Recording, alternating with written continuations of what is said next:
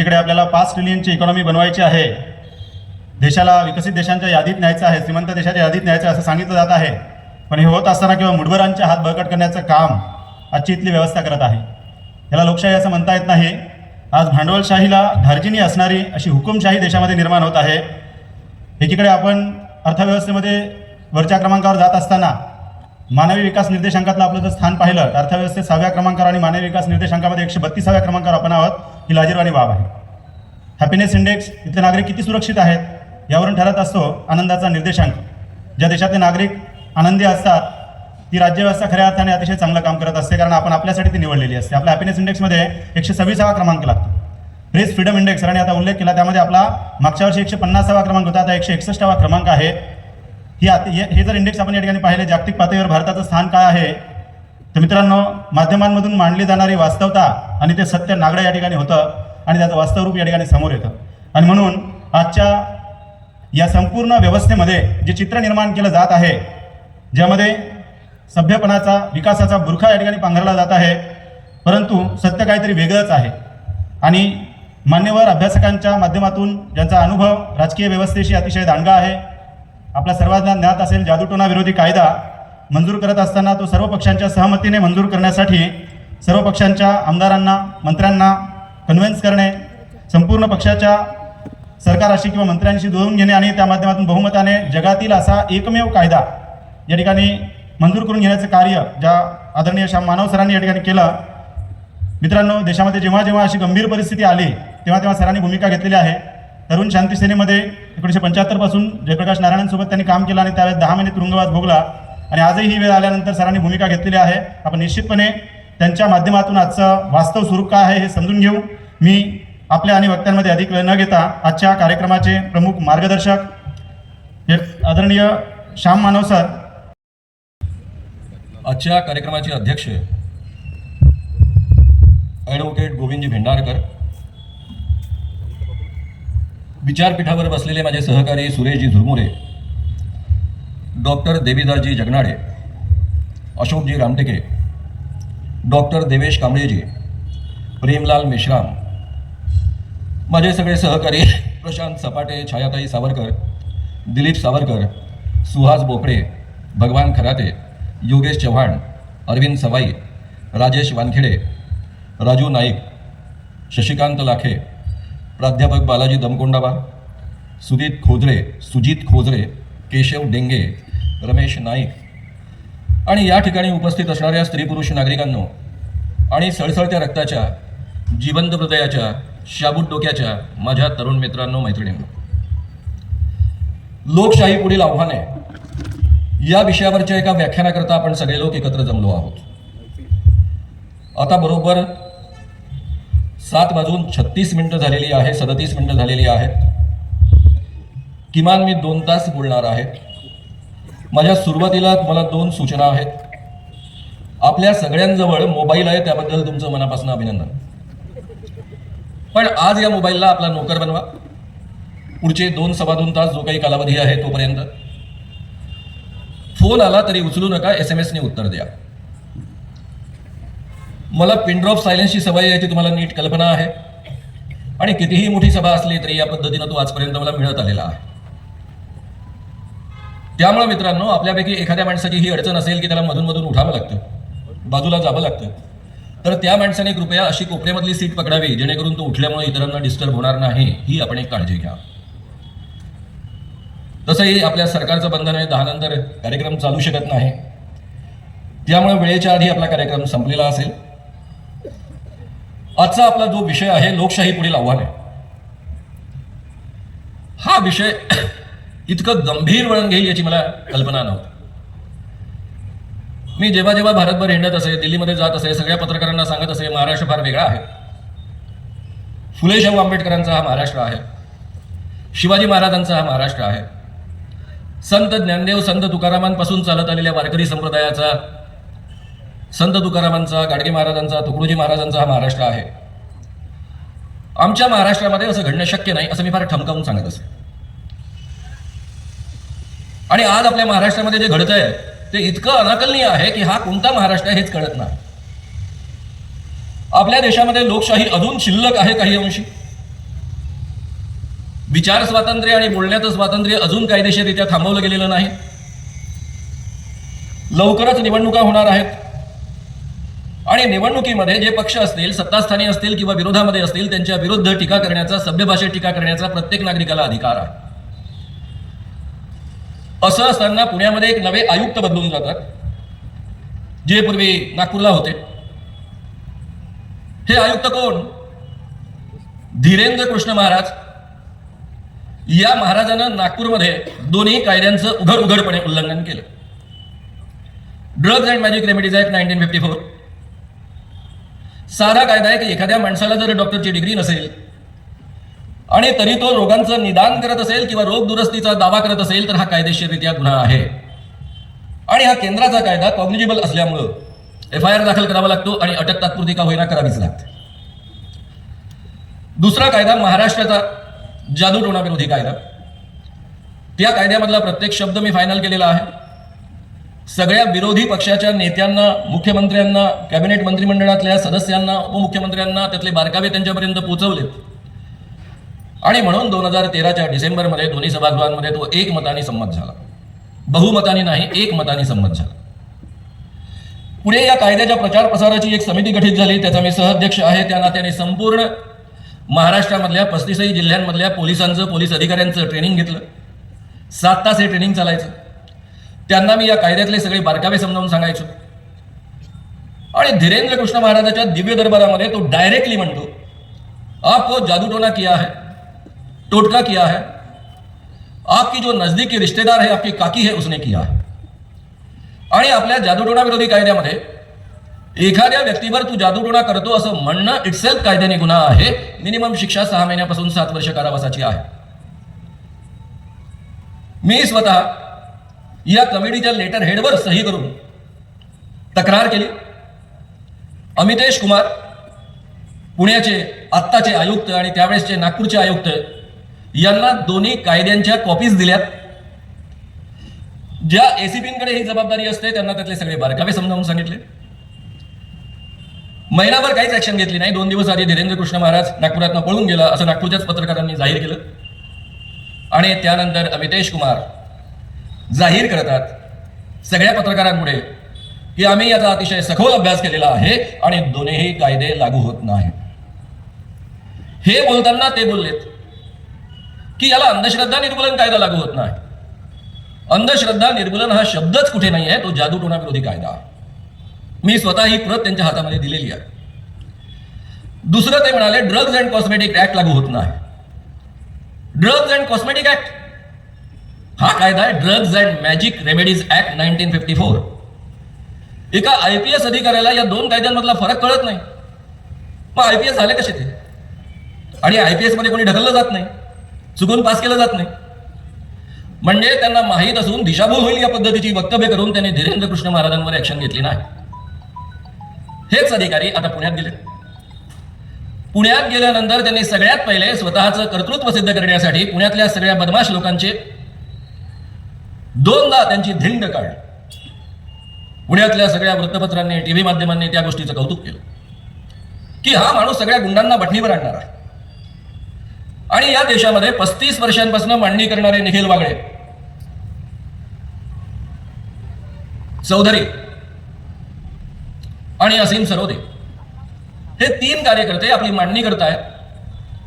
राज्यघटनेनं कायदेशीररित्या दिलेल्या अधिकाराच्या आधारावर ते बोलतायत. सभ्य भाषेत बोलतायत, शिव्या वगैरे काही देत नाही. आणि त्यांना पुण्याच्या रस्त्यावर गुंड लोकांनी पळवून पळवून जिवे मारण्याचा प्रयत्न केला. पोलीस खात्याशी माझे 41 वर्षापासून अत्यंत जवळचे संबंध आहे.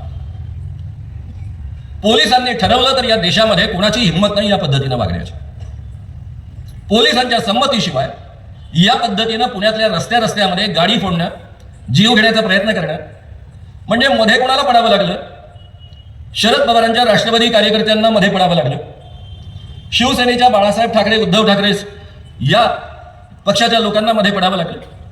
वेगवेगळ्या संघटनाच्या लोकांना मध्ये पडावं लागलं आणि त्यांच्यामुळे या तिघांचा जीव वाचला. हे सगळं वृत्त तुम्हाला YouTubeवर विस्तारानं पाहायला मिळेल, ऐकायला मिळेल. कदाचित टीव्हीवर एवढ्या स्पष्टपणे ते येणार नाही. तर आपल्या देशामध्ये ही गुंड मंडळी या स्तरापर्यंत येऊन पोहोचलेली आहे. का येऊन पोहोचलेली आहे? या गोष्टीचा केवळ निषेध करून चालणार नाही. हे केवळ निषेधापर्यंत मर्यादित आपलं असणं योग्य नाही. या लोकांना धडा शिकवला पाहिजे आणि त्यांना घरी पाठवलं पाहिजे, जेणेकरून या पद्धतीची गुंडगिरी पुन्हा कोणीही या महाराष्ट्रामध्ये आणि देशामध्ये करण्याची हिंमत करणार नाही. आणि ती तुमची माझी जबाबदारी आहे. मित्रांनो, हे लोक एवढे माजलेले आहेत आणि शेभारलेले आहेत. यावर आपले महाराष्ट्राचे गृहमंत्री म्हणतात की ज्यांनी या पद्धतीचं कृत्य केलं त्यांच्यावर ऍक्शन घेतलं जाईल. आम्ही काय दुधपुळे आहोत काय? जगातले पहिले तुम्ही गृहमंत्री आहात का? महाराष्ट्रामध्ये अनेक लोक गृहमंत्री होऊन गेलेले आहेत. गृहमंत्र्याच्या परवानगीशिवाय आणि संमतीशिवाय रस्त्यावर या पद्धतीचा राडा घडूच शकत नाही. आणि म्हणून निखिल बागडेंनी तुमच्यावर जो डायरेक्टली आरोप केलेला आहे तो सत्य आहे. खरं म्हणजे देवेंद्र फडणवीसांच्या विरुद्ध बोलताना माझी फार पंचायत होती, कारण त्यांचे वडील माझे फार चांगले मित्र होते. इमर्जन्सीमधनं जेलमधनं सुटून आल्यानंतर त्यांना माझं फार कौतुक होतं. तेही जेलमधनं सुटून आले. आम्ही दोघेही नागपूरमध्ये काम करायचो. त्यांना कौतुक होतं की हा मुलगा कॉलेजमध्ये शिकत असताना इंदिरा गांधींना विरोध केला आणि 10 महिने जेल भोगून आला. ते माझ्यापेक्षा वयानं मोठे आणि ज्येष्ठ असताना सुद्धा मित्रासारखं वागायचे. त्यामुळे कुठे ना कुठे आपल्या मित्राच्या मुलाविषयीची जी भावना असते ती सुरुवातीपासून देवेंद्रांविषयी माझ्या मनात राहिली. मी अनेकदा त्या पद्धतीनं बोललो. पण एवढ्या उदार मनाच्या, एवढ्या चांगल्या मनाचा माणूस, त्यांचा मुलगा या पद्धतीचा निघू शकेल हे कोणीही कधीही इमॅजिन केलं नसेल. मित्रांनो, ही जी गुंडगिरी सुरू आहे ती एवढ्यासाठी सुरू आहे की या देशामध्ये वाटेल त्या परिस्थितीमध्ये त्यांना आपलं शासन टिकवायचं आहे. का टिकवायचं आहे? आपण काही वाक्य वापरतो की आमचं संविधान धोक्यामध्ये आहे. संविधान धोक्यामध्ये तर काय बिघडतं? समजा संविधान धोक्यामध्ये आहे तर काय बिघडलं त्याने? पुन्हा लिहून काढू, दुसरं तयार करू. एवढ्यापर्यंत हा मुद्दा मर्यादित आहे. धीरेंद्र कृष्ण महाराजांच्या काळामध्ये मला हजारो फोन येत असत, म्हणजे त्या लढाईच्या काळामध्ये. त्यापैकी हरिद्वारच्या एका महंतांचा मला फोन आला. मानव साहब, आप अंधविश्वास के खिलाफ काम करते हो, बहुत अच्छा काम है, इस काम में हम शरीक होना चाहते हैं. मला आनंद झाला की हरिद्वारचा एक महंत या पद्धतीनं या कामामध्ये सामील होऊ इच्छितो. म्हटलं आपका स्वागत है. त्यांनी दुसरा प्रश्न विचारला, मानव साहब आप में सही माने में किसी प्रकार का अंधविश्वास नहीं है? मी म्हटलं जी नहीं, मुझ में किसी प्रकार का अंधविश्वास नहीं है. पुढचा प्रश्न त्यांनी विचारला, आपने हमारा कॉन्स्टिट्यूशन पढ़ा है? मैं मतलब हर भारतीयों को वो पढ़ना आवश्यक होता है और मुझे तो पढ़ना ही पड़ता है. आपने इस कॉन्स्टिट्यूशन की प्रस्तावना पढ़ी है? मतलब हाँ जी पढ़ी है. इसकी शुरुआत है ना, हम भारतीय लोग, वी द इंडियन पीपल.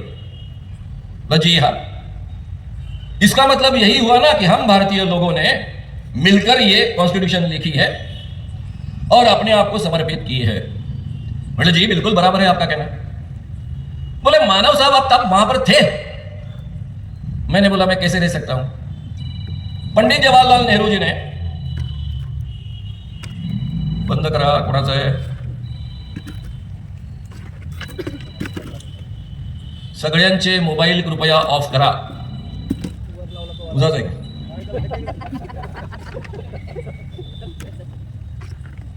तो मैंने कहा,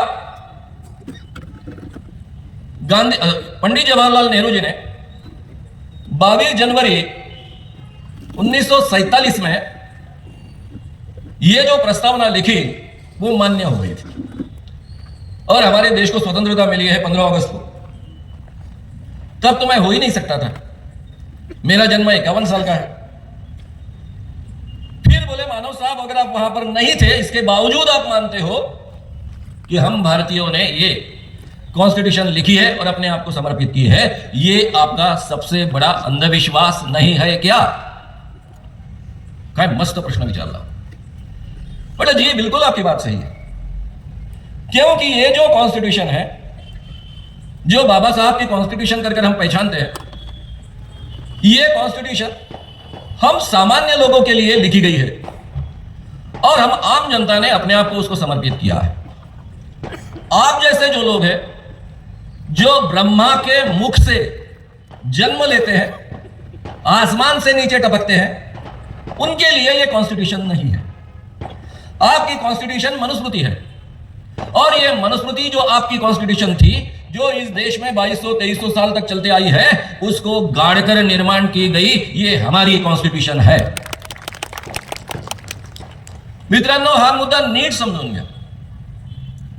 या कॉन्स्टिट्यूशन मधली फक्त मी 4 वाक्य तुमच्या पुढ्यामध्ये वाचणार आहे, जी आपल्यापैकी प्रत्येकाला माहित आहे। प्रस्तावनेमध्ये म्हटलेलं आहे सामाजिक, आर्थिक, राजनीतिक न्याय। याचा अर्थ या देशामधल्या प्रत्येक नागरिकाला, जो कोणत्याही जातीचा असेल, कोणत्याही धर्माचा असेल, कोणत्याही लिंगाचा असेल, म्हणजे स्त्री असेल किंवा पुरुष असेल, त्याला सामाजिक क्षेत्रामध्ये, आर्थिक क्षेत्रामध्ये आणि राजनीतिक क्षेत्रामध्ये आम्ही न्याय देऊ, त्यांच्याबद्दलचा न्याय प्रस्थापित करू। विचार, अभिव्यक्ती, विश्वास, धर्म, उपासनेची स्वतंत्रता, विचार व्यक्त करण्याची म्हणजे अभिव्यक्त करण्याची, विचार करण्याची स्वतंत्रता, आमची जी काही श्रद्धा असेल त्यानुसार आमचा धर्म मानण्याची किंवा धर्म न मानण्याची स्वतंत्रता, जी उपासना आम्हाला करावीशी वाटते ती करण्याची स्वतंत्रता, प्रतिष्ठा आणि संधीची समता। आम्ही कोणत्याही जातीमध्ये आणि कोणत्याही धर्मामध्ये जरी जन्माला आलेलो असलो तरी सगळ्या स्त्री आणि पुरुषांपासून सगळ्यांची समान प्रतिष्ठा असेल आणि सगळ्यांना जगण्याची आणि या देशामध्ये विकास करण्याची समान संधी मिळेल। व्यक्तीची गरिमा आणि राष्ट्राची एकता आणि अखंडता सुनिश्चित करणारी बंधुता, व्यक्तीची प्रतिष्ठा कायम ठेवणारी आणि राष्ट्राची एकता आणि अखंडता सुरक्षित करणारी बंधुता, वेगवेगळ्या धर्माच्या लोकांमध्ये, वेगवेगळ्या जातीच्या लोकांमध्ये, स्त्री पुरुषांमध्ये या पद्धतीची इक्वॅलिटीच्या आधारावर असलेली बंधुता असेल, हे स्वप्न आमच्या घटनाकारांनी पाहिलं। हे स्वप्न एका दिवसात निर्माण झालं का? मी आता तुमच्या पुढ्यामध्ये बोलताना असं बोलतो आहे की श्याम मानव नावाचा एक माणूस तुमच्या पुढ्यामध्ये मी बोलतो आहे। हे माणूस म्हणून मला तुमच्या पुढे बोलण्याचा अधिकार कोणी दिला माहिती आहे? या भारतीय राज्यघटनेनं आणि या देशाच्या स्वातंत्र्यानं तुम्हाला दिला आहे। मी या देशामध्ये कधीच माणूस नव्हतो। या देशाच्या परंपरेमध्ये माझी ओळख काय आहे माहिती आहे? एक शूद्र तुमच्या पुढ्यामध्ये बोलतो आहे। ही या देशातल्या परंपरेची माझी आणि तुमच्यामधल्या मेजॉरिटीची ओळख आहे। शूद्र कोण? कलियुगामध्ये जे 4 वर्ण असतात त्यापैकी 2 वर्ण क्षत्रिय आणि वैश्य हे सस्पेंड केलेले आहेत। त्यामुळे कलियुगामध्ये 2च वर्ण असतात, एक ब्राह्मण आणि दुसरे शूद्र। त्यामुळे ज्यांना ज्यांना वाटतं ना आम्ही 96 कुळी आहोत, आम्ही असे आहोत, आम्ही तसे आहोत, काढून टाका डोक्यात ना। शूद्र आहात, अधिकृतरित्या शूद्र आहात। हे केवळ पुराणात लिहिलेलं नाहीये। शाहू महाराजांनी 1899 ची ही गोष्ट आहे। पंचगंगा नदीमध्ये ते स्नान करत असताना त्यांचा भटजी त्यांच्या पुढ्यामध्ये मंत्र म्हणत होता। त्यांच्या एका ब्राह्मण मित्राने लक्षात आणून दिलं की हा भटजी जो तुमच्या पुढ्यामध्ये मंत्र म्हणतो आहे तो पुराणातले मंत्र म्हणतो आहे, वेदांमधले म्हणत नाही। हा भटजी काही नवा नव्हता, वर्षानुवर्ष शाहू महाराजांचा नोकर होता। त्याला वर्षासन दिलं जायचं, पगार दिला जायचा। शाहू महाराजांनी स्वाभाविकच त्याला प्रश्न विचारला, का रे बाबा, तू माझा भटजी आहे, माझा नोकर आहेस, आणि माझ्या पुढे पुराणोक्त मंत्र का म्हणतोयस, वेदोक्त मंत्र का म्हणत नाहीस? त्यावर त्या भटजीने अतिशय नम्रपणे आणि उद्दामपणे उत्तर दिलं। तो म्हणाला, राजे, तुम्ही जरी कोल्हापूर संस्थानचे राजे असले, मी तुमच्या पदरी नोकर असलो, तरी तुम्ही जन्माने शूद्र आहात आणि शूद्रांना वेद ऐकण्याचा अधिकार नाही, आणि म्हणून मी तुमच्या पुढ्यामध्ये वेदोक्त मंत्र म्हणू शकत नाही। शाहू महाराजांना राग आला, त्यांनी त्याला काढून टाकलं, त्याचं प्रशासन बंद केलं, नोकरीवरनं त्याला हकललं। अख्ख्या महाराष्ट्रामध्ये आग लागली, पुण्यामध्ये मोठी आग लागली। पुण्यामध्ये आग लागण्याचं प्रमाण आजपासून नाहीये, आधीपासूनच पुण्यामध्ये मोठी आग लागली। लोकमान्य टिळक, काँग्रेसच्या लोकांनी बारकाईनं ऐका, वडेट्टीवार इथे असते तर मला फार आनंद झाला असता। काय आपलं जुनं होतं आणि आपलं संचित काय आहे ते प्रत्येकाने नीट समजून घेतलं पाहिजे। लोकमान्य टिळकांनी लिहिलं अग्रलेखामध्ये की आजच्या काळामध्ये केवळ 2च वर्ण शिल्लक आहेत, ब्राह्मण आणि शूद्र। कलियुगामध्ये क्षत्रिय आणि वैश्य हे वर्ण सस्पेंड केलेले असल्यामुळं ही जी चर्चा सुरू आहे की शाहू महाराज हे क्षत्रिय आहेत की शूद्र आहेत ही चर्चा निरर्थक आहेत. शाहू महाराज जन्माने शूद्रच आहेत आणि त्यामुळे त्यांना संस्कृत मंत्र ऐकण्याचा अधिकार नाही आणि त्यामुळे त्यांच्या भटजीनं त्यांच्या पुढ्यात ते मंत्र म्हटले नाही, ते योग्यच आहे. उलट भटजीवर यांनी अन्याय केलेला आहे. लोकांनी प्रश्न विचारलेत, टिळकांनी त्याचं उत्तर दिलं. मग शिवाजी महाराजांचं काय? शिवाजी महाराज रयतेचे राजा, सर्वसामान्य माणसांमधनं त्यांनी सैनिक निर्माण केले, सवंगडी निर्माण केले, कधी जात पाळली नाही, कधी अस्पृश्यता पाळली नाही. महारांपासून अनेक अतिशूद्रांना त्यांनी किल्लेदार बनवलं, सेनापती बनवलं, स्त्रियांना बरोबरीच्या नात्यानं सन्मानानं वागवलं आणि म्हणून आपण शिवाजीला जनतेचा रयतेचा राजा असं म्हणतो. या रयतेच्या राजानं जेव्हा स्वतःला राज्याभिषेक करून घेण्याचा प्रयत्न केला तेव्हा महाराष्ट्रातल्या सगळ्या ब्राह्मणांनी त्यांना राज्याभिषेक करण्यासाठी नकार दिला. कारण होतं शिवाजीराजे शूद्र आहेत. शिवाजी राजांना प्रचंड मोठी दक्षिणा देऊन काशीवरनं गागाभट्ट आणावा लागला, स्वतःला राज्याभिषेक करून घ्यावा लागला. त्याबद्दल लोकमान्य टिळक म्हणतात, काय म्हणतात? शिवाजी राजांबद्दल त्या गागाभट्टाने अपवाद केला होता, पण शिवाजी राजांचे सगळे वंशज हे शूद्रच आहेत आणि त्यामुळं जे काही शाहू महाराजांच्या भटजीनं केलं ते योग्य आहे. कल्पना करा, हे लोकमान्य बाळ गंगाधर टिळक आहेत, काँग्रेसचे पुढारी आहेत. यांच्यासारख्या विचार असणाऱ्या माणसाच्या नेतृत्वाखाली जर काँग्रेसचं आंदोलन पुढे चालू राहिलं असतं, 1947 साली या देशाला स्वातंत्र्य मिळालं असतं, तर डॉक्टर बाबासाहेब आंबेडकर कुठे असते? कायदा मंत्री बनू शकले असते काय? या पद्धतीची राज्यघटना निर्माण होऊ शकली असती काय? विचार करून पहा. म्हणून मी म्हणतो की काँग्रेसने आपलं संचित समजून घेतलं पाहिजे, ते किती स्ट्रॉंग आहे. या देशामध्ये पहिल्यांदा या पद्धतीनं विचार करण्याची प्रक्रिया निर्माण करण्याचं काम महात्मा गांधींनी केलेलं आहे. पुढचं बोलण्याच्या आधी फक्त मी 2 मुद्दे तुमच्या पुढ्यामध्ये मांडून पुढे जातो. पंडित जवाहरलाल नेहरूंना महात्मा गांधींनी सांगितलं, ज्यावेळेस राष्ट्रीय सरकार बनण्याची वेळ आली, की डॉक्टर बाबासाहेब आंबेडकरांना कायदा मंत्री म्हणून तुमच्या मंत्रिमंडळामध्ये घ्या. डॉक्टर बाबासाहेब आंबेडकर आणि काँग्रेस यांचं सख्य नव्हतं. डॉक्टर बाबासाहेब आंबेडकर ऑलरेडी घटना समितीवर एक सदस्य म्हणून, त्यावेळेस 300-350 सदस्य होते, त्यापैकी एक निवडून आले होते आणि ज्या भागातनं ते निवडून आले ते आजच्या बांगलादेशमध्ये गेला, म्हणजे पाकिस्तानात गेला. त्यामुळे डॉक्टर बाबासाहेब आंबेडकरांना पुन्हा मुंबई प्रांतातनं निवडून आणावं लागलं. महात्मा गांधींनी डॉक्टर बाबासाहेब आंबेडकरांनी कायदा मंत्री बनवा असं का सुचवलं? तुम्ही म्हणाल बाबासाहेब आंबेडकर खूप विद्वान होते म्हणून. बाबासाहेबांची विद्वत्ता अर्थशास्त्रामध्ये अधिक होती, त्यांना अधिक PhD अर्थशास्त्रामध्ये होते. महात्मा गांधी त्यांना अर्थमंत्री बनवा असं नाही बोलले, कायदा मंत्री बनवा, कारण त्याच खाद्याच्या माध्यमातून पुढचं घटनेचं काम चालणार आहे. आणि त्यामुळे डॉक्टर बाबासाहेब आंबेडकर हे मसुदा समितीचे अध्यक्ष बनू शकले, महत्वाचा रोल प्ले करू शकले. महात्मा गांधींनी सांगितलं, पंडित जवाहरलाल नेहरू स्वतः आंबेडकरांना भेटायला गेलेत, त्यांना विनंती केली की माझ्या मंत्रिमंडळामध्ये लॉ मिनिस्टर म्हणून या. आणि बाबासाहेबांचं, गांधींचं आणि नेहरूंचं सख्य नसताना सुद्धा त्यांनी ही ऑफर स्वीकारली. मंत्री बनण्याचा फार हौस होती म्हणून नाही, तर या देशामध्ये जी घटना बनते आहे त्यामध्ये मला महत्वाचा रोल प्ले करता येणार आहे आणि या देशामधल्या शेवटच्या माणसाला आणि खास करून स्त्रियांना मी न्याय देऊ शकणार आहे, हे त्यांना उत्तमरित्या माहीत होतं आणि म्हणून त्यांनी ती ऑफर स्वीकारली. या तिघांच्या सामूहिक इच्छेमधनं या पद्धतीची राज्यघटना निर्माण झालेली आहे. 1920 साली लोकमान्य टिळकांचा मृत्यू झाला. त्यानंतर अवघ्या काही महिन्यांमध्ये 25 डिसेंबर 1920 नागपूरला एक राष्ट्रीय अधिवेशन भरलं काँग्रेस. त्यामध्ये एक अंत्यच संमेलन आयोजित करण्यात आलं.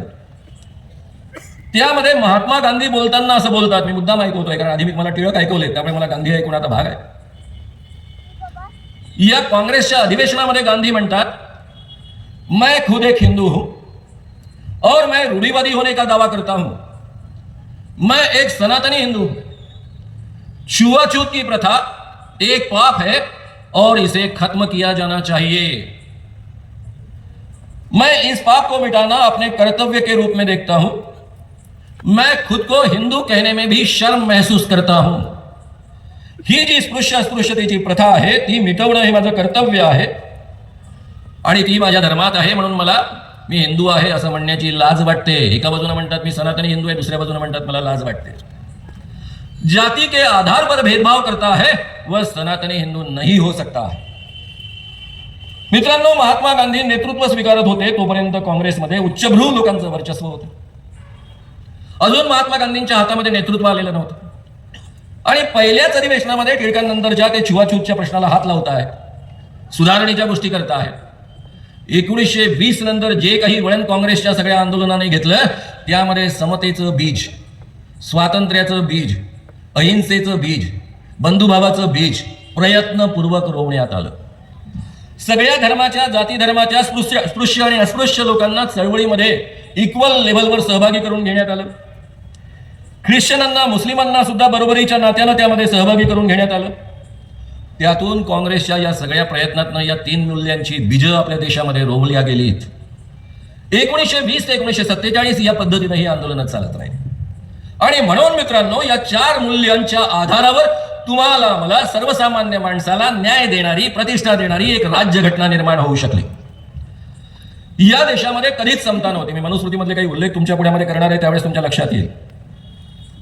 या देशामध्ये ना कधी आर्थिक समता होती, ना कधी राजकीय समता होती, ना कधी सामाजिक समता होती. या देशामध्ये कोणत्याच प्रकारचं स्वातंत्र्य नव्हतं. स्त्रियांना आणि शूद्रांना शिकण्याचं सुद्धा स्वातंत्र्य नव्हतं. विचार व्यक्त करण्याची तर गोष्टच दूर राहिली. बोलण्याचं स्वातंत्र्य नव्हतं. या देशामधल्या सर्वसामान्य माणसाला तुम्ही म्हणू शकता की बंधुता होती, पण बंधुता कशा पद्धतीची होती जरा आठवून पहा. माझ्या वयाची जी माणसं असतील त्यांनी आपली ग्रामीण जनतेमधलं वातावरण आठवून पहा. अनेक माणसांना घराच्या उंबरठ्याच्या आत प्रवेश नसायचा. पाटलाच्या घरी फुकटची सगळ्यांना चहा पाजला जायचा जो पाहुणा घरी येतो. पण जे स्पृश्य असत, म्हणजे स्पृश्य समजले जात असत, हे सारे अशूद्रच, तरी त्यातले जे स्पृश्य समजले जात असत त्यांना उंबरठ्याच्या आत प्रवेश, त्यांना स्वतः पाहुण्यांच्या घरची मंडळी म्हणजे त्या घराची मंडळी चहा देत असत. जी अतिशूद्र मंडळी असायची ती यायची उंबरठ्याच्या बाहेर बसायची, त्यांनाही चहा दिला जायचा. पण त्यांनी स्वतः कब्बशी स्वच्छ करायची, बाजूला ठेवलेली, त्या चहा प्यायचा आणि त्यानंतर ती विसळून ठेवायची. हे चित्र तुम्हा सगळ्यांना आठवत असेल, कारण तुम्ही ब्रह्मपुरीच्या परिसरात राहणारी माणसं आहात. हे चित्र आपल्या देशामधली वास्तविकता आहे. 2000 ते 2300 वर्षाची वास्तविकता आहे. म्हणून मित्रांनो, फुल्यांनी पुण्यामधलं वर्णन करून ठेवलं. पुण्यामध्ये जर एखाद्या अतिशूद्र माणसाला रस्त्यावरनं चालायचं असेल तर चप्पल निर्माण करणारा चांभार सुद्धा त्याला अनमानी पायाने चालावं लागायचं, कारण अतिशूद्र माणसांना चप्पल घालण्याचा अधिकार नव्हता. मग त्यांनी काय करायचं? मग त्यांनी भर रणरणत्या उन्हामध्ये सुद्धा अनवाणी पायाने चालायचं, पायामध्ये चप्पल घालायची नाही आणि त्यांची पावलं उमटू नयेत म्हणून मागे झाडू बांधायचा आणि त्यासोबत गळ्यात मडकं बांधायचं, त्यामध्ये थुंकायचं. ही या देशामधल्या अतिशूद्र माणसांची ओळख होती आणि यांची संख्या नेहमी 40% अधिक होती. आणि म्हणून हा देश 2000 वर्ष गुलाम राहिला. केवळ मुस्लिमांचा गुलाम नाही राहिला. अरे काय होणार आहे? ज्या काळामध्ये लोक तलवारीने लढत असत त्या काळामध्ये लढण्याचा अधिकार फक्त क्षत्रियांना, ते वारंवार लढून मरत असत. टोटल लोकसंख्येमध्ये क्षत्रिय 10%, त्यातल्या 5% स्त्रिया, त्या लढणार नाहीत, उरले 5%. आपसात वारंवार लढून मरत असत. 2 ते 3% लोक एवढ्या मोठ्या देशाचं संरक्षण कसं करणार? या काळात, ज्या काळात लोक तलवारीने लढत असत. हा देश गुलाम बनण्याची बीज या देशातल्या चातुर्वर्ण्यामध्ये आहे आणि म्हणून हा देश तब्बल 2000 वर्ष गुलाम राहिलेला. मित्रांनो, तुम्हाला आश्चर्य वाटेल, तुम्ही या पद्धतीने विचार केला की नाही मला माहित नाही. या देशामध्ये 800 वर्ष मुस्लिमांचं राज्य राहिलं, पण त्यांनी या चातुर्वर्ण्यामध्ये कधीच हस्तक्षेप केला नाही. ब्राह्मणी श्रेष्ठत्व या देशामध्ये कायम ठेवलं. इंग्रज या देशामध्ये आले, 150 वर्ष त्यांनी राज्य केलं असं आपण मानतो.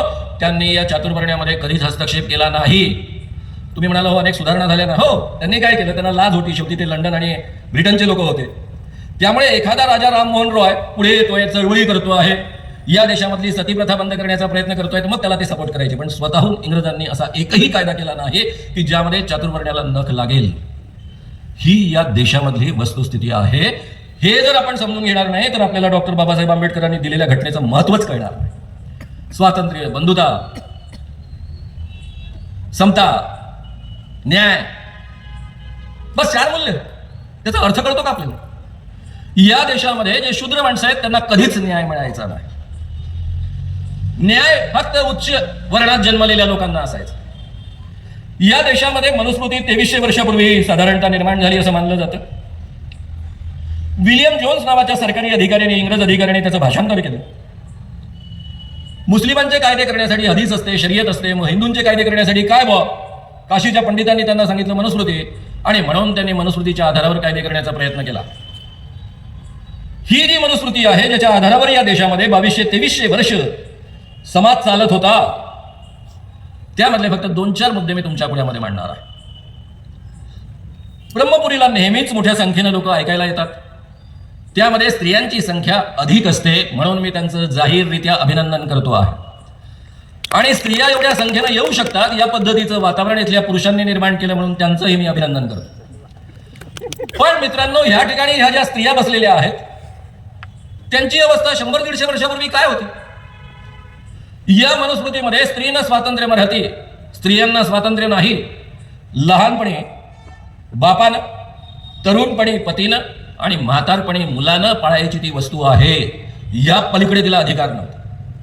ज्या पोराला ती पोटातनं जन्म द्यायची, त्याचं संगोपन करायची, त्याला मोठं करायचं, त्याच्या आज्ञेत तिला राहावं लागायचं. हे मनुस्मृतीमधलंच वचन आहे, मी काही बाहेरचं बोलत नाही.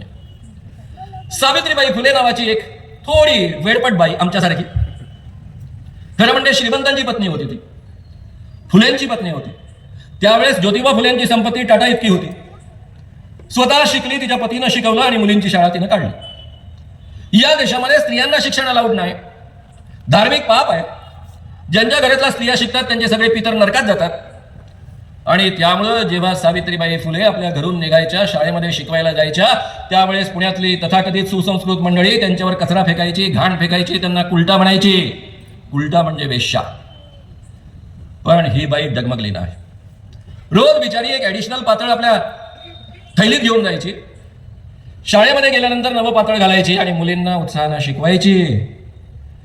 म्हणून माझी आज 92 वर्षाची आई शिकलेली आहे. तुमच्या माझ्या मुली शिकता आहेत आणि एवढ्या संख्येनं स्त्रिया इथे येऊन पोहोचलेल्या आहेत. हे या देशामधले मनुस्मृतीचे नियम उखडणारे सगळे प्रयत्न आहेत. महात्मा गांधींनी आपल्या सगळ्या आंदोलनामध्ये, सत्याग्रहामध्ये स्त्रियांचा सहभाग मोठ्या प्रमाणावर करून घेतला आणि या देशामधल्या स्त्रिया पहिल्यांदा मोठ्या संख्येनं बाहेर यायला लागल्या. डॉक्टर बाबासाहेब आंबेडकरांनी पंडित जवाहरलाल नेहरूंसोबत भांडण करण्या इतपत भूमिका घेतली हिंदू कोड बिलसाठी. हिंदू कोड बिलमध्ये सगळ्यात मोठा न्याय या देशातल्या स्त्रियांना मिळालेले आहेत, हिंदू स्त्रियांना मिळालेले आहेत. या देशात 80% लोक हिंदू आहेत. पुढे पंडित जवाहरलाल नेहरूंनी निवडून आल्यानंतर हे हिंदू कोड बिल 4 भागामध्ये विभागून संमत करून घेतलं आणि म्हणून आज स्त्रियांना पुरुषांच्या बरोबरीनं अधिकार मिळालेले आहे. वारसा हक्कापासून सगळ्या गोष्टींमध्ये अधिकार मिळालेले आहे. त्यामुळे या 3 महापुरुषांमुळे आपण या ठिकाणी आहोत, हे आपण विसरता कामा नये. नाही तर तो प्रदीप मिश्रा येतो, तो आपल्याला सांगतो कि वो जो शंकर भगवान की पिंडी होती है ना, उस पर सुबह उठ के जल डालने का, वो जल डालने के बाद में हर सवाल हल होता है. आणि ज्या या 3 महापुरुषांनी आपले जीव धोक्यात घालून लढाई करून स्त्रियांना एवढं शिकवलं, एवढं बाहेर आणलं, त्या स्त्रिया असं जल टाकतात आणि मग असं बांधतात की आपले सगळे प्रश्न सुटतील. बरं, या माणसाचं आणखी एक वैशिष्ट्य, तो म्हणतो आपको परीक्षा में अच्छे ढंग से पास होना है ना, तो बच्चों, सभी विद्यार्थियों, एक बेलपान लेने का, भाषा माझी है त्याची नहीं है, एक बेलपान लेने का, ये बेलपान को शहद लगाने का, और ये शहद लगाया हुआ बेलपान पिंडी को चिकटाने का, भाषा माझी है, चिकटाने का. चिकटाने के बाद में तुम हमखास पास हो जाएगी. फक्त त्याचाच पोरगा पास नाही होत. मग तो म्हणतो, ओ मैं क्या हो गया, आप सब लोगों को बताते बताते मेरे बच्चे को बताना भूल गया, इसलिए वो पास नहीं हुआ. आपण कुठे चाललो आहोत? कोणी आपल्याकरता प्रयत्न केले का? आपण शिकू शकलो आहोत का? आपण या अवस्थेपर्यंत येऊन पोहोचू शकलो आहोत? याचं भान आपल्यापैकी सगळ्यांना, केवळ स्त्रियांना नाही, तुम्हाला मला सगळ्यांना असलं पाहिजे. या आग्रहानं मी तुमच्या पुढ्यामध्ये बोलतो आहे. हा केवळ घटनेपुरता मर्यादित मुद्दा नाहीये. लोकशाही टिकेल की नाही एवढ्यापर्यंत मुद्दा मर्यादित नाहीये. तुमच्या आणि माझ्या मानवी अस्मितेचा मुद्दा आहे. तुम्हाला आणि मला माणूस म्हणून जगण्याचा अधिकार मिळेल की नाही याचा हा मुद्दा आहे. मनुस्मृतीमध्ये काय म्हटलेलं आहे? 3-4 फक्त मी तुमच्या पुढ्यामध्ये अभंग साकणार आहे. जिस देश का राजा शूद्र अर्थात पिछड़े वर्ग का हो, उस देश में ब्राह्मण निवास ना करे, क्योंकि शूद्रों को राजा बनने का अधिकार नहीं है. मी चुकून अभंग म्हणालो, अभंग इतके घाणेरडे नसतात. शूद्रांना राजा बनण्याचा अधिकार नाही असं स्पष्ट वचन 2300 वर्षापूर्वी निर्माण झालेल्या मनुस्मृतीमध्ये आहे. आणि म्हणून शिवाजी राजांचा राज्याभिषेक होऊ शकला नाही. शाहू महाराजांना वेदोक्त मंत्र त्यांच्या पुढ्यामध्ये ब्राह्मण म्हणण्यासाठी तयार नव्हते. ब्राह्मण की संपत्ति राजा द्वारा कभी भी नहीं ली जानी चाहिए, लेकिन अन्य जाति के व्यक्तियों की संपत्ति उनके उत्तराधिकारी न रहने पर राजा ले सकता है. ब्राह्मण की संपत्ति राजा द्वारा कभी भी नहीं ली जानी चाहिए, याच्या पुढे म्हटलेला आहे यह एक निश्चित नियम है, यानी कुछ भी हो जाए राजा की संपत्ति यानी ब्राह्मणों की संपत्ति राजा नहीं ले सकता है. यदि शूद्र गर्व से ब्राह्मण पर थूक दे तो उसके ओठ काट ले, उसके ऊपर पेशाब कर दे तब उसका लिंग काट दे. कदाचित इथपर्यंत ठीक आहे बा, एखाद्या गर्वाने एखाद्या ब्राह्मणावर जर थुंकला तर त्याचे ओठ कापले, लघवी केली तर लिंग कापलं, पण पुढचं भारत भयानक आहे. लेकिन उसकी ओर अपान वायू निकाले तब उसकी गुदा कटवा दे. अपान वायू म्हणजे आपल्या वऱ्हाडी भाषेमध्ये पादणे. आता मला सांगा, आपल्या पादण्यावर कुणाचा तरी कंट्रोल आहे का? आपल्यापैकी एखादा तरी छाती ठोकपणे मुदी बडवतात तशी छाती बडवून मैं जिंदगी में कभी भी किसी के आगे पादूंगा नाही असं अभिवचन आपण देऊ शकतो का? आता कल्पना करा, रस्त्यामध्ये एखादे ब्राह्मण महोदय आले, त्यांना हा नमस्कार करतो आहे आणि फिरला आणि तेवढ्यात पाच सुटली, त्याची गुदा कापून टाकायची. असले नियम. शेवटचा नियम मजेशीर आहे. बिल्ली, नेवला, नीलकंठ, मेंढक, कुत्ता, उल्लू, कौवा, किसी एक की हिंसा का प्रायश्चित शूद्र की हत्या के प्रायश्चित के बराबर है. अर्थात शूद्र की हत्या कुत्ता बिल्ली की हत्या के समान है. आपली किंमत या देशामधले, कारण आपल्याला टिळकांनी सांगून ठेवलं, मी पुराणातल्या गोष्टी सांगत नाही, टिळक अधिकारवाणीनं बोलणारे ग्रस्त होते, की या देशामध्ये ब्राह्मण वगळता बाकी सगळे शूद्र आहेत. याचा अर्थ या देशामध्ये किमान 94 ते 95% लोक शूद्र आहेत. बरोबर आहे ना? आता अजून आपल्या देशामध्ये जातीगत जनगणना झालेली नाही. ती होण्याचं अभिवचन इंडिया आघाडीनं दिलेलं आहे. महाराष्ट्रातल्या सगळ्या विरोधी पक्षांनी दिलेलं आहे, जे आता विरोधात आहेत त्यांनी, की आम्ही जातीगत जनगणना करू. त्यावेळेस आपल्याला निश्चित आकडा कळेल आणि ती होणं गरजेचं आहे. पण मित्रांनो, आपल्या देशामध्ये हे जे 4%, 5%, 6%, 10% जे काही असेल, अजून आपल्याला माहित नाही नेमका, ते वगळता बाकी सगळ्या लोकांना काही अधिकार नव्हते. आता मी हे बोलत असताना तुमच्यापैकी अनेक लोक, त्यांना वाटत असेल मी फार ब्राह्मण द्वेष्ट आहे. मी 1% ब्राह्मण द्वेष्ट नाही. मी जातपात मानत नाही माझ्या जीवनामध्ये. मी केवळ बोलत नाही, गेले जेव्हापासून मला कळायला लागलं तेव्हापासून 52-53 वर्ष या पद्धतीनं मी जगतो आहे. माझ्या संघटनेत जात पाळली जात नाही, कधी जातीचा विचार केला जात नाही. एवढंच नव्हे तर आपली आडनावं ही जाती प्रदर्शक असतात. म्हणून मी वयाच्या 19व्या वर्षी आम्ही काही तरुण मित्रांनी जयप्रकाश नारायणांचं आंदोलन होतं, जानवी तोडो जाती तोडो, त्याला आव्हान म्हणून आपली आडनावं टाकली आणि मी मानव नाव स्वीकारलं. इतकी वर्ष मी माणूस बनण्याचा प्रयत्न करतो आहे. माझ्या आयुष्यातला मॅक्झिमम काळ हे विनोबा भावे, जन्माने ब्राह्मण, पवनार आश्रमातले, त्यांच्यासोबत गेलेले आहे, कारण माझे वडील त्यांचे सेक्रेटरी होते. तरुण शांती सेनेमध्ये माझे पहिले महत्वाचे प्रशिक्षक, ज्यांचा माझ्या जीवनावर प्रचंड ठसाव म्हटला, ते आचार्य दादा धर्माधिकारी, जन्माने ब्राह्मण. वैचारिक वारसा ज्यांच्याकडनं मी अधिक घेतला असं मला वाटतं, ते नरहर कुरुंदकर, जन्माने ब्राह्मण. ज्यांनी माझ्या आयुष्यामध्ये मला पत्रकारिता शिकवली आणि मी पत्रकार झालो, ते दिबा घुमरे आणि मागो वैद्य, दोन्ही तरुण भारताचे संपादक, जन्माने ब्राह्मण. माझे अनेक उत्तम ब्राह्मण मित्र आहेत. तुमचा माझा जन्म कुणाचाच कुणाच्याच घरी होईल हे सांगता येत नाही, आपल्या हातात नसतं, नशिबात पण नसतं. गेल्या जन्मीच्या पाप पुण्यानुसार या जन्मात जन्म मिळतो हे पण डोक्यातनं काढून टाका. तुमचा माझा जन्म कोणत्या घरामध्ये होईल हा केवळ अपवाद असतो, अपघात असतो, त्याच्या पलीकडे आणखी काय. तर ज्यांचा जन्म अपघाताने ब्राह्मण घरामध्ये झालेला आहे, त्यांनी माझं भाषण ऐकताना मनामध्ये मुळीच गिल्ट त्यांना वाटता कामा नये. जो ब्राह्मण घरामध्ये जन्मूनही ब्राह्मणी श्रेष्ठत्व मानत नाही, तो ब्राह्मण नाही. आणि असे ब्राह्मण मित्र आपल्याला माहिती आहे. आज कार्यक्रमाच्या सुरुवातीला ज्यांच्यावर हल्ला झाला म्हणून निषेध केला, ते निखिल बाळगे, जन्माने ब्राह्मण आहेत. कुमार सप्तर्षी, राजू परुळेकर, बाबा आमटे, शिवाजीराव पटवर्धन, अशी कितीतरी माणसं जन्माने ब्राह्मण आहेत. पण ही आपल्या आचारामध्ये कधीच ब्राह्मण नव्हती.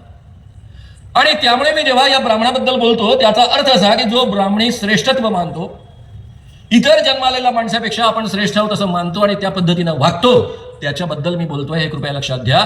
आणि आपल्यामध्ये अशी अनेक माणसं आहेत की जी इतर शूद्र जातीमध्ये जन्माला आलेली आहेत, पण ती ब्राह्मणाळलेली आहेत, स्वतः ब्राह्मणत्व मानतात, ब्राह्मणाच्या पुढे कृणिसाद करतात आणि त्यांना श्रेष्ठ मानतात. ते माझ्या दृष्टीनं तेवढेच दोषी आहेत. आता मित्रांनो, हे सगळं मी तुमच्या पुढ्यामध्ये बोलत असताना आणखी एक फक्त वाक्य सांगून पुढे जातो. ब्राह्मण चाहे मूर्ख हो या विद्वान, दोनों ही रूपों में श्रेष्ठ देवता है. मूर्ख ब्राह्मण सुद्धा श्रेष्ठ देवता आहे. मी खूप धार्मिक होतो, आजही मी स्वतःला हिंदू म्हणवतो, कारण हिंदू धर्मामध्ये हिंदू असण्यासाठी कोणतीच अट लागत नाही. तुम्ही मुस्लिम असण्यासाठी तुमची सुनता व्हावी लागते, पुरुष असाल तर, ख्रिश्चन असाल तर बाप्तिस्मा व्हावा लागतो, आणि हिंदू असण्यासाठी एकच अट आहे, तुमचे आईवडील हिंदू असावे लागतात. हिंदू परंपरेमध्ये, ज्याला आपण सनातन हिंदू धर्म म्हणतो, त्यामध्ये वेगवेगळ्या विचारधारा आहेत. आस्तिक परंपरा आहे, नास्तिक परंपरा आहे. 6 आस्तिक परंपरेमध्ये सांख्य परंपरा आहे. त्या सांख्य परंपरेमध्ये देव मानला जात नाही, प्रकृतीने नेचरने सृष्टी निर्माण केली असं मानलं जातं, पण वेद मानले जातात, म्हणून त्याला आस्तिक परंपरा म्हणतात. लोकायत परंपरा चार्वाक परंपरा आहे, शैव परंपरा आहे. या परंपरांमध्ये ईश्वरही मानला जात नाही आणि वेदही मानले जात नाही. ईश्वर नाकारणारा, वेद नाकारणारा माणूस सुद्धा हिंदू या देशामध्ये असतो, म्हणून मी सहजतेनं हिंदू आहे असं म्हणू शकतो. पण मी हिंदू म्हटल्याबरोबर मी कोण आहे? मी शूद्र आहे, हेही मला स्वीकारावं लागतं. ही आपल्या देशामधली वस्तुस्थिती आहे. मित्रांनो, हे सगळं मी तुमच्या पुढ्यामध्ये मांडत असताना जो काही आज बदल होतो आहे तो कशातनं निर्माण झालेला आहे, त्यातले फक्त 2-4 टप्पे घेऊन मी पुढे जाणार आहे. पहिला टप्पा आहे 1984 साली दिल्लीमध्ये विज्ञान भवनामध्ये एक धर्मसंसद झाली. या धर्मसंसदेमध्ये निर्णय घेण्यात आला, अयोध्या मथुरा काशी लेकर रहेंगे. अयोध्या मथुरा काशी लेकर रहेंगे. त्यानंतर या पद्धतीचं आंदोलन सुरू झालं. ऑगस्ट 1990 मध्ये मंडल आयोग लागू झालं. विश्वनाथ प्रताप सिंगांनी ओबीसी वर्गातल्या लोकांना शिष्यवृत्त्या, शिक्षणात आणि नोकऱ्यांमध्ये रिझर्वेशन दिले. त्यामुळे या लोकांच्या पोटामध्ये प्रचंड पोटशूळ उठलं. या मंडलला उत्तर देण्यासाठी त्यांनी कमंडल आंदोलन सुरू केलं. 25/9/1990 म्हणजे 25 सप्टेंबर 90ला रथयात्रा सुरू झाली सोमनाथपासून. 6 डिसेंबर 92ला बाबरी मस्जिद ढळली. बाबरी मस्जिद पडल्यानंतर या देशामध्ये प्रचंड मोठ्या दंगली उसळल्या. 2000 लोक मारले गेले. माझ्या एकट्या मुंबईमध्ये दंगे झाले. त्यावेळेस मी 90 सालापासून मुंबईत राहतोय.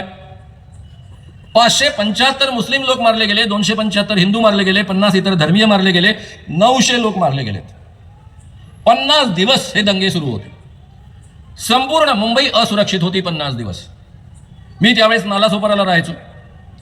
तिथून दादरला जायचो कारण माझी कार्यशाळा सुरू होती. एकही विद्यार्थी यायचा नाही, पण मी रोज जायचो.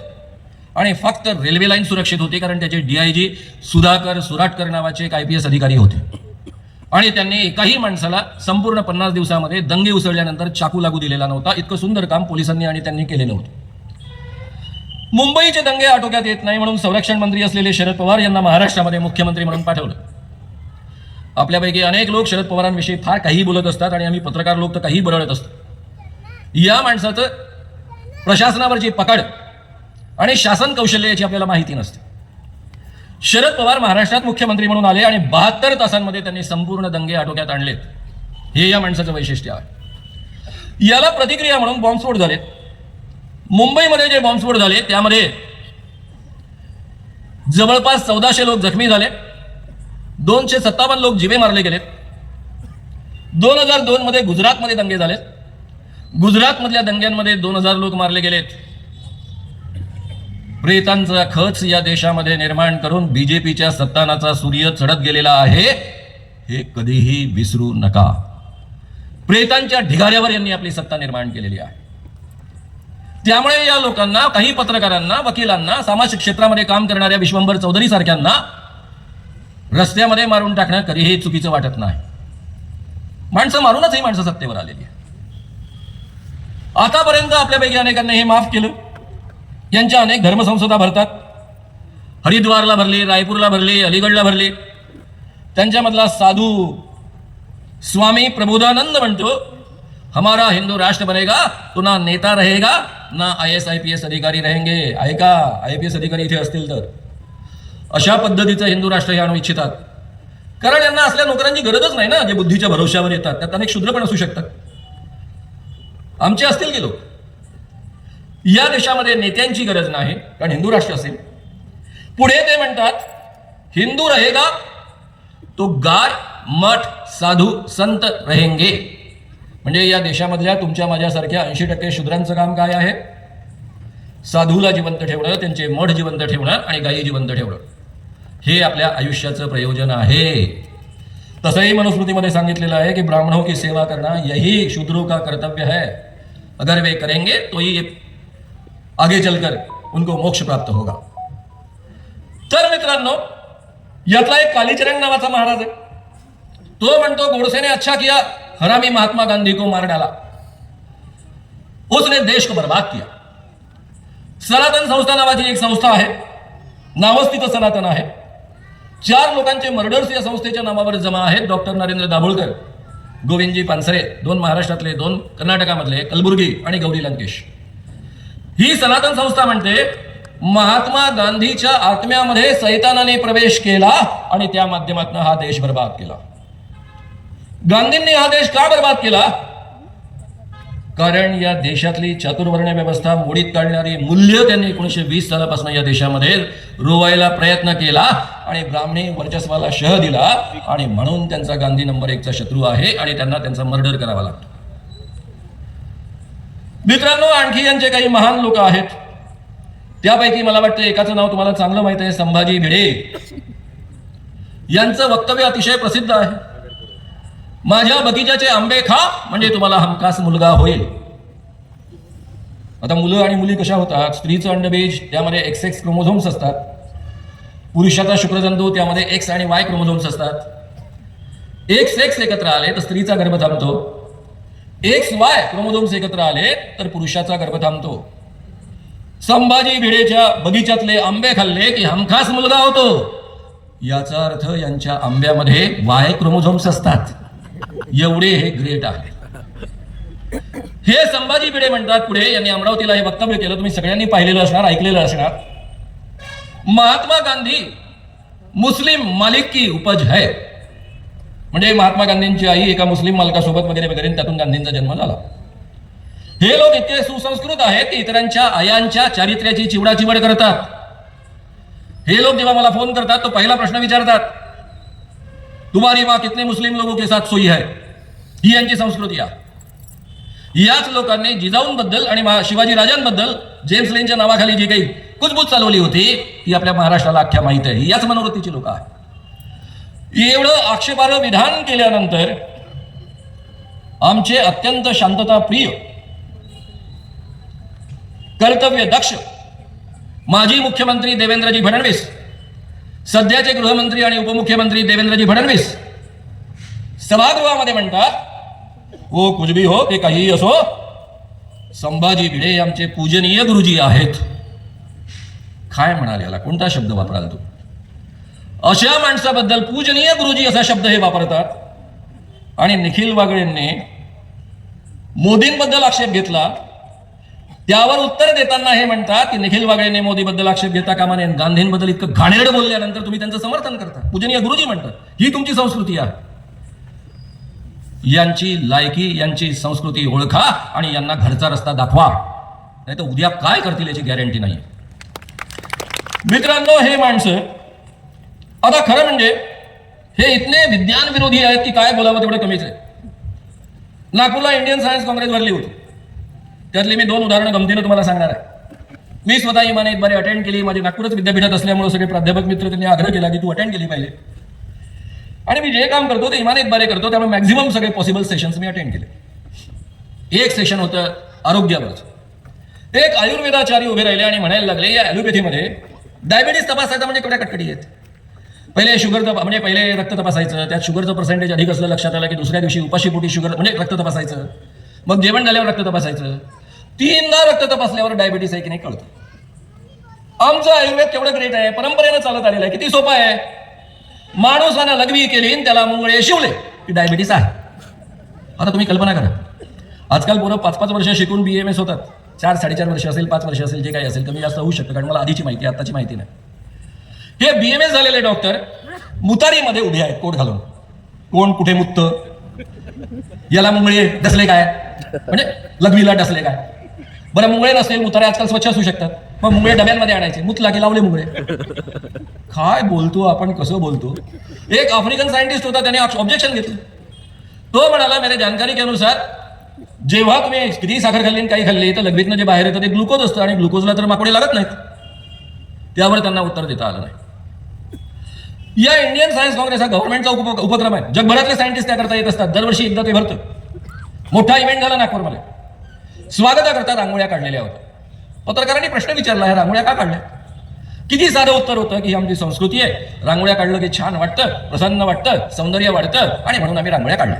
कुणी ऑब्जेक्शन घेतलं असतं का? कोणाला आवडत नाही सौंदर्य, कोणाला आवडत नाही छान वातावरण?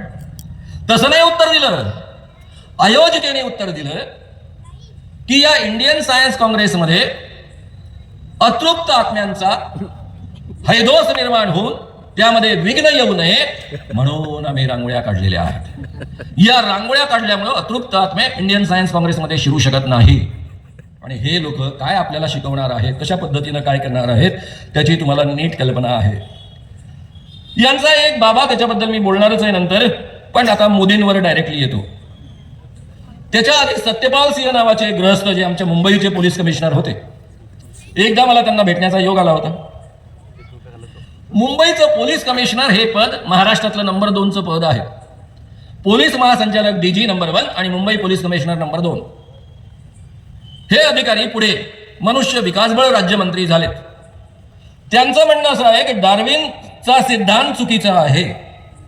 आमच्या पूर्वजांनी वानराचे मनुष्यात रूपांतर झाले असे कुठेही नमूद करून ठेवले नाही, लिहून ठेवले नाही. त्यामुळे हा सिद्धांत चुकीचा आहे. अभ्यासक्रमामध्ये बदल करण्याची गरज आहे. आणि ते केवळ बोलले नाही, आता NCERTच्या अभ्यासक्रमामधनं 9वी-10वीच्या अभ्यासक्रमामधनं हा काढून टाकण्यात आलेला आहे. मित्रांनो, डार्विनचा उत्क्रांतीवादाच्या सिद्धांताबद्दल यांचं एवढं शत्रुत्व का?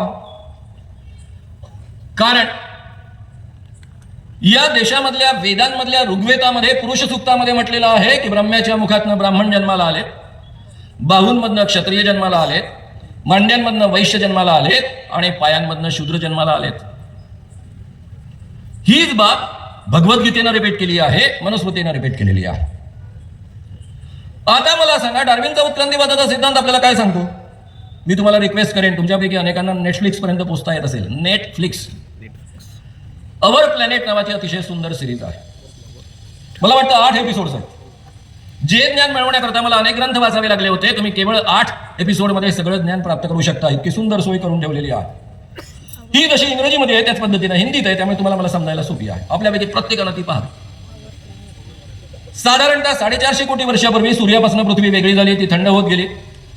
350 ते 250 कोटी वर्षापूर्वी एकपेशीय प्राणी जन्माला आला, याच वातावरणातनं निर्माण झाला आणि तो उत्क्रांत होत होत आधी जलचर प्राणी, त्यानंतर स्थलचर प्राणी निर्माण झाले आणि 10 लाख वर्षापूर्वी तुमच्या माझ्यासारखा माणूस पृथ्वीवर वावरायला लागला. उत्क्रांत होत होत प्राण्यांमधनं बदल, म्हणजे आपण एकपेशीय प्राण्यापासून निर्माण झालेलो, एकपेशीय छोट्याशा प्राण्यापासून आपण निर्माण झालेलो आहोत.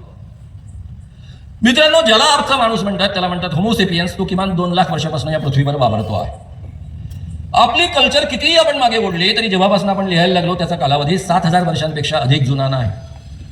2 लाख वर्षापूर्वी किंवा 10 लाख वर्षापूर्वी जो बदल झाला ते 7,000 वर्षापूर्वी लिहू घालणाऱ्या माणसाला कसं कळेल? एवढी अक्कल या माणसाला नाही. पण IPS अधिकारी आहे. ही माणसं का विरोध करतात? कारण तुम्ही कसा विश्वास ठेवणार ब्रह्म्याच्या मुखातनं ब्राह्मण जन्माला आले म्हणून ते श्रेष्ठ आहेत? आणि म्हणून हे डार्विनच्या उत्क्रांतीवादाच्या सिद्धांताच्या आणि एकूण सायन्सच्या विरुद्ध आहे. हे म्हणजे आमचे मोदीजी पण याच्या विरुद्ध आहे. मोदीजी काय म्हणाले माहिती आहे? कर्ण आईच्या गर्भातून जन्माला नव्हता, याचा अर्थ त्यावेळेस जेनेटिक सायन्स होते, टेस्ट ट्यूब बेबी होती. आता टेस्ट ट्यूब बेबी काय आहे? टेस्ट ट्यूब बेबी म्हणजे एका परीक्षण नळीमध्ये मूल जन्माला येतं का? स्त्रीचं अंडबीज, पुरुषाचा शुक्रतंतू घेतला जातो, टेस्ट ट्यूबमध्ये त्याचं फलन केलं जातं आणि त्यानंतर आईच्या गर्भाशयामध्ये तो टाकलं जातं आणि तिथे ते गर्भात मूल वाढतं. म्हणजे यांना टेस्ट ट्यूब बेबी म्हणजे काय माहित नाही. महाभारत यांनी वाचण्याची गरज नाही, कारण ते महान धार्मिक आहे आणि विष्णूचा अवतार आहे. अनेक लोक त्यांना विष्णूचा अवतार म्हणतात, त्यामुळे त्यांनी महाभारत वाचण्याची गरज नाही. ते आपण तुमच्या माझ्यासारख्या सामान्य माणसांनी वाचायचं. मी लहानपणापासून रामायण आणि महाभारत लोकांना सांगत आलेलो आहे, रसभरीत वर्णन करून सांगत आलेलो आहे आणि तुमच्यापैकी प्रत्येकाला ते माहित आहे, त्यामुळे तुम्हाला डिटेल्स माहित आहे. कुंतीला ती कुमारी असताना पुत्र झाला. लोकोपवादाच्या भीतीनं तिनं त्या मुलाला गंगा नदीच्या पात्रात सोडून दिलं. ते मूल एका सारथ्याला सापडलं, त्यांनी त्याचं संगोपन केलं, म्हणून त्याला सूतपुत्र असं म्हटलं जातं. म्हणजे या मुलाचा जन्म कुंतीपासून डायरेक्टली झालेला आहे. नाही तर अदरवाईज त्यांनी कशाला सोडलं असतं? असं जर टेस्ट ट्यूबमध्ये करता आलं असतं तर तिच्यावर कोणी आक्षेप घेतला असता का? आणि तिला सोडण्याची गरज पडली असते का? साधा कॉमन सेन्स आहे. पण कॉमन सेन्स आणि मोदीजी यांचा अर्थार्थी संबंध नसल्यामुळे त्यांच्याकडनं ही अपेक्षा आपल्याला करता येत नाही. का? त्याची मी अनेक उदाहरणं तुम्हाला देणार. मित्रांनो, पुढची कथा आपल्याला माहिती आहे की ज्यावेळेस युद्ध सुरू झालं, महायुद्ध सुरू झालं, कर्णाने प्रण घेतला, मी पाचही पांडवांना मारून टाकेल. कुंती भेटायला लागली. कुंतीने सांगितलं, तू माझा मुलगा आहेस, पाचही पांडव तुझे भाऊ आहे, तू आमच्या सोबत ये. कर्ण म्हणाला, मी येणार नाही, मी दुर्योधनाच्या सोबतच राहील, पण मी तुला एक वचन देतो, तुझी 5 पुत्र कायम राहतील. मी मारीन तर फक्त अर्जुनाला मारेल, नाही तर अर्जुन मला मारेल. तुझी 5 पुत्र शिल्लक राहतील, तुझ्या बाकी 4 पुत्रांना मी मारणार नाही. आणि त्यांनी खरंच बाकीच्यांना मारलं नाही. आता ही सगळी कथा आपल्याला माहित आहे. त्यांचे अनेक मुक्ताफळ आहेत, त्यामध्ये आता आणखी वेळ घालवत बसत नाही. त्यांचं एक मुक्ताफळ फार सुंदर आहे. त्या काळात कुणीतरी प्लॅस्टिक सर्जन असेल ज्याने हत्तीचे डोके गणेशाच्या धडावर बसवले आणि प्लॅस्टिक सर्जरीची सुरुवात केली. अरे गणेश गणपती हा आमच्या श्रद्धेचा विषय आहे, त्यात कशाला तुम्ही सायन्स सांगता? तिथे सायन्स आणण्याची काय गरज आहे? पण तिथेही सायन्स दाखवणार आणि मग तोंड कशी पडतात. आपल्यापैकी अनेकांना शरीरशास्त्राचा अभ्यास आहे. अनेक डॉक्टर या ठिकाणी बसलेले आहेत. त्यांनी शरीराचं अनेकदा विच्छेदन केलेलं आहे. माणसाच्या धडावर हत्तीच्या डोक्याचं रोपण कधीही होऊ शकत नाही, हे सगळ्यांना माहिती आहे. तिथेही सायन्स सांगण्याचा प्रयत्न करणार. बरं, हे कोणालाही सल्ला देतात ज्यांना जगातलं सगळ्या विषयांचं एवढं ज्ञान आहे की त्या क्षेत्रातल्या तज्ज्ञ माणसालाही सल्ला देतात. जेव्हा पुलवामाचा प्रकार घडला, अनेक सैनिक मारले गेले, मग पाकिस्तानमध्ये अटॅक केला, एअर स्ट्राईक, त्यावेळेस स्वतः मोदींनी सांगितलं आहे, मैंने एयरफोर्स अधिकारियों को बोला कि अभी बहुत घना कोहरा है, बहुत घने बादल है, वो पाकिस्तान के रडार को दिखेगा नहीं, अभी अपने एरोप्लेन आ रहे हैं, अभी अटैक करो, यही समय अटैक करने का. तुम्ही कधी मध्ये विमानाने प्रवास करता, मी पण कधी मध्ये करतो, इकॉनॉमिक क्लासमध्ये 20-25 दिवस आधी तिकीट काढून स्वस्त मिळावं म्हणून. तरी आपल्याला माहित आहे की कितीही ढग असले तरी विमान बरोबर पोहोचतो, कारण रडारमध्ये सगळं दिसत असतं. पण या महोदयांकडे एक 4,500 कोटीचं विमान आहे, दुसरं 9,000 कोटीचं विमान आहे. एवढ्या महागड्या विमानांमध्ये हे हिंडतात, पण यांना हे ज्ञान नाही. असण्याचं कारण नाही, कारण ते विष्णूचा अवतार आहे, मोदी आहे. त्यांना कशाला ज्ञानाची गरज आहे? त्यांना डिग्र्यांची पण काय गरज आहे? हो, कशाही मिळतात, त्यांना काय करावं लागतं? असे आमचे मोदीजी. त्यांचं एक वाक्य मला सांगितल्याशिवाय समाधान होत नाही, आणि ते म्हणजे गॅसमधनं जो वायू येतो त्याच्यावर चहा तयार करणं, नाल्यातल्या गॅसवर. मोदीजींनी बहुधा काय केलं, ज्यावेळेस ते कार्यकर्ता बनायचे होते, म्हणजे RSSचा कार्यकर्ता बनायचे होते, त्या काळात त्यांच्या घराशेजारी एक नाला असेल, त्या नाल्यामधनं चहा येत असेल, नाल्यामधनं गॅस बाहेर येत असेल, त्या गॅसवर त्यांनी चहा तयार केला आणि तो तयार केलेला चहा या जगात अस्तित्वात नसलेल्या रेल्वे स्टेशनवर विकला. पण तुम्हाला सगळ्यांना माहिती आहे, त्यांनी दावा केला ते रेल्वे स्टेशन नंतर तयार झालेलं आहे, त्यावेळेस नव्हतं झालं. मित्रांनो, असे हे आमचे मोदीजी. यांचा एक वासुदेव देवनानी म्हणून शिक्षण मंत्री होता, राजस्थानचा कॅबिनेट मंत्री होते. त्यांनी पहिलं त्यांचं स्टेटमेंट आहे, गाईच्या गोमूत्राने कॅन्सर बरा होतो. आणि दुसरं स्टेटमेंट फार मस्त आहे, ऐका तुम्ही. या जगात फक्त एकच प्राणी असा आहे, तो म्हणजे गाय, जो प्राणवायू घेतो, ऑक्सिजन घेतो आणि सोडतो सुद्धा ऑक्सिजनच. आता काय केलं पाहिजे या माणसाचं? या जगातले सगळे प्राणी, राईट फ्रॉम माणूस, प्राणवायू घेतात आणि सोडताना मॅक्झिमम कार्बन डायऑक्साईड सोडतात. म्हणून आता काय केलं पाहिजे आपण? वासुदेव देवनानीचं नाक, गाईचं नाक ट्यूबनी बांधून द्यायचं आणि किती काळ जगतात ते पाहायचं. दुसरा काय पर्याय आपल्याला? अरे, शिक्षण मंत्री राजस्थानचा माणूस होता, असं बोलतो. मित्रांनो, यांचे विज्ञानाविषयीची एक वक्तव्य इतकी महान आहे. कोविड, सुरेंद्र सिंह नावाचे यांचे एक मोठे कार्यकर्ते, ते म्हणतात कोविडच्या काळामध्ये 50 मिलीलिटर गोमूत्र, त्यामध्ये 100 मिलीलिटर पाणी मिसळायचं आणि ते प्यायचं, म्हणजे आपल्याला कोविड होत नाही. बरं झालं तुम्ही ऐकलं नाही. ऐकलं असता तर या ठिकाणी नसता. किमान आमच्या मोदींनी यांचं ऐकलं नाही, उपकार केले आपल्यावर, आपल्याला लशी दिल्या, म्हणून केवळ 5 लाख लोकांवर निघलं, 5-5.5 लोक मेले भारतात, बाकीचे जिवंत राहिले. कारण याच शतकाच्या सुरुवातीला, 20व्या शतकाच्या सुरुवातीला बंगालमध्ये ब्लॅक प्लेग आला होता. त्यावेळेस एकट्या बंगालमध्ये 1.5 कोटी लोक मेले होते आणि जगभर 4 कोटी लोक मेले होते.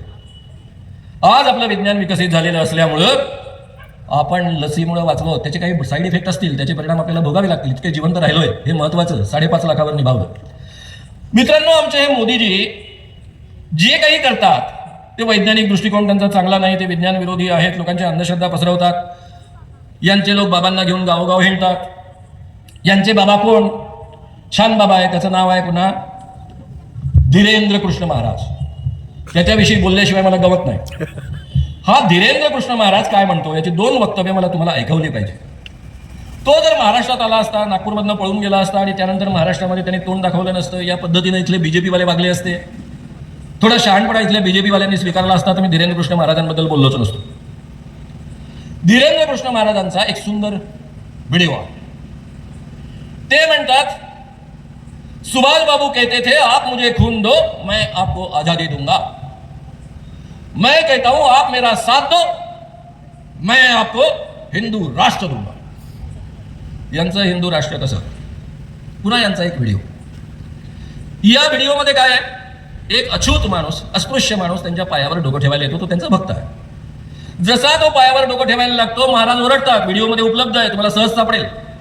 ए हमें छुओ मत, हम ब्राह्मण है, तुम अछूत हो. मित्रांनो, 2022 आणि 23 सालामध्ये एक माणूस या पद्धतीनं बोलतो, त्याचा व्हिडिओ उपलब्ध असतो आणि अशा माणसाला घेऊन महाराष्ट्रभर मिरवलं जातं. हे बीजेपीचे लोक मिरवतात. हा सरळ सरळ ॲट्रॉसिटी ॲक्टनुसार गंभीर गुन्हा आहे. त्याला खरं म्हणजे जेलमध्ये टाकायला पाहिजे. यांचं हे हिंदू राष्ट्र आहे, हे कृपया समजून घ्या.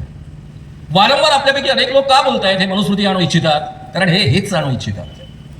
तुमच्या माझ्या अंधश्रद्धा वाढवून. बरं, हे कशाकरता सगळं करायचंय? त्यांचं पुढचं एक वाक्य आहे, पुन्हा व्हिडिओवर उपलब्ध आहे, तुम्हाला सहज सापडेल.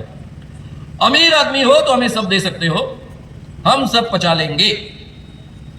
हम जात से ब्राह्मण है, ब्राह्मण का धर्म है दान लेना दान देना, यज्ञ करना यज्ञ कराना, वेद पढ़ना वेद पढ़ाना. तुम अपना मकान फ्लैट बंगला घोड़ा गाड़ी, अमीर आदमी हो तो हमको सब दे सकते हो, हम सब पचा लेंगे.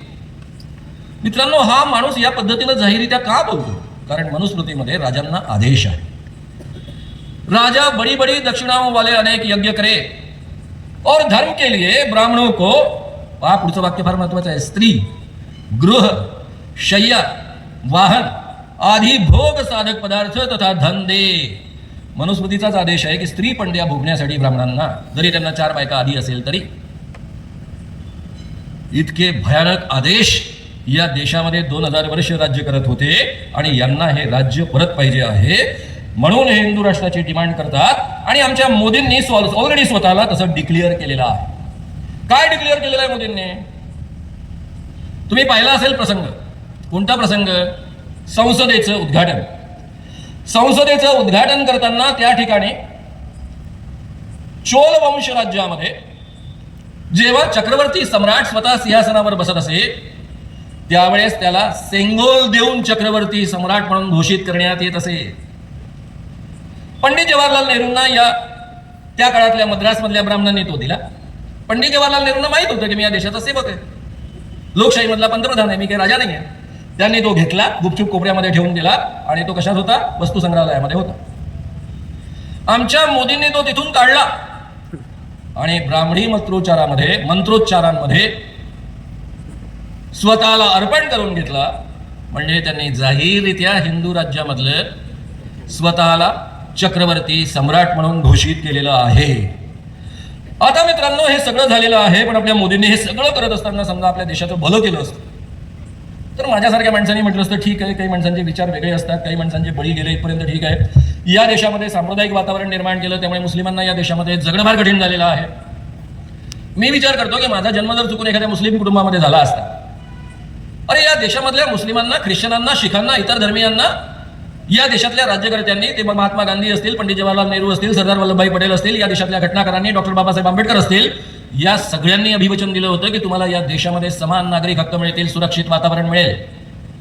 हे महोदय आल्यापासून प्रचंड अस्वस्थता निर्माण केली, सांप्रदायिक वातावरण निर्माण केलं, रात्रंदिवस टीव्हीवरनं हिंदू मुस्लिम चालतं.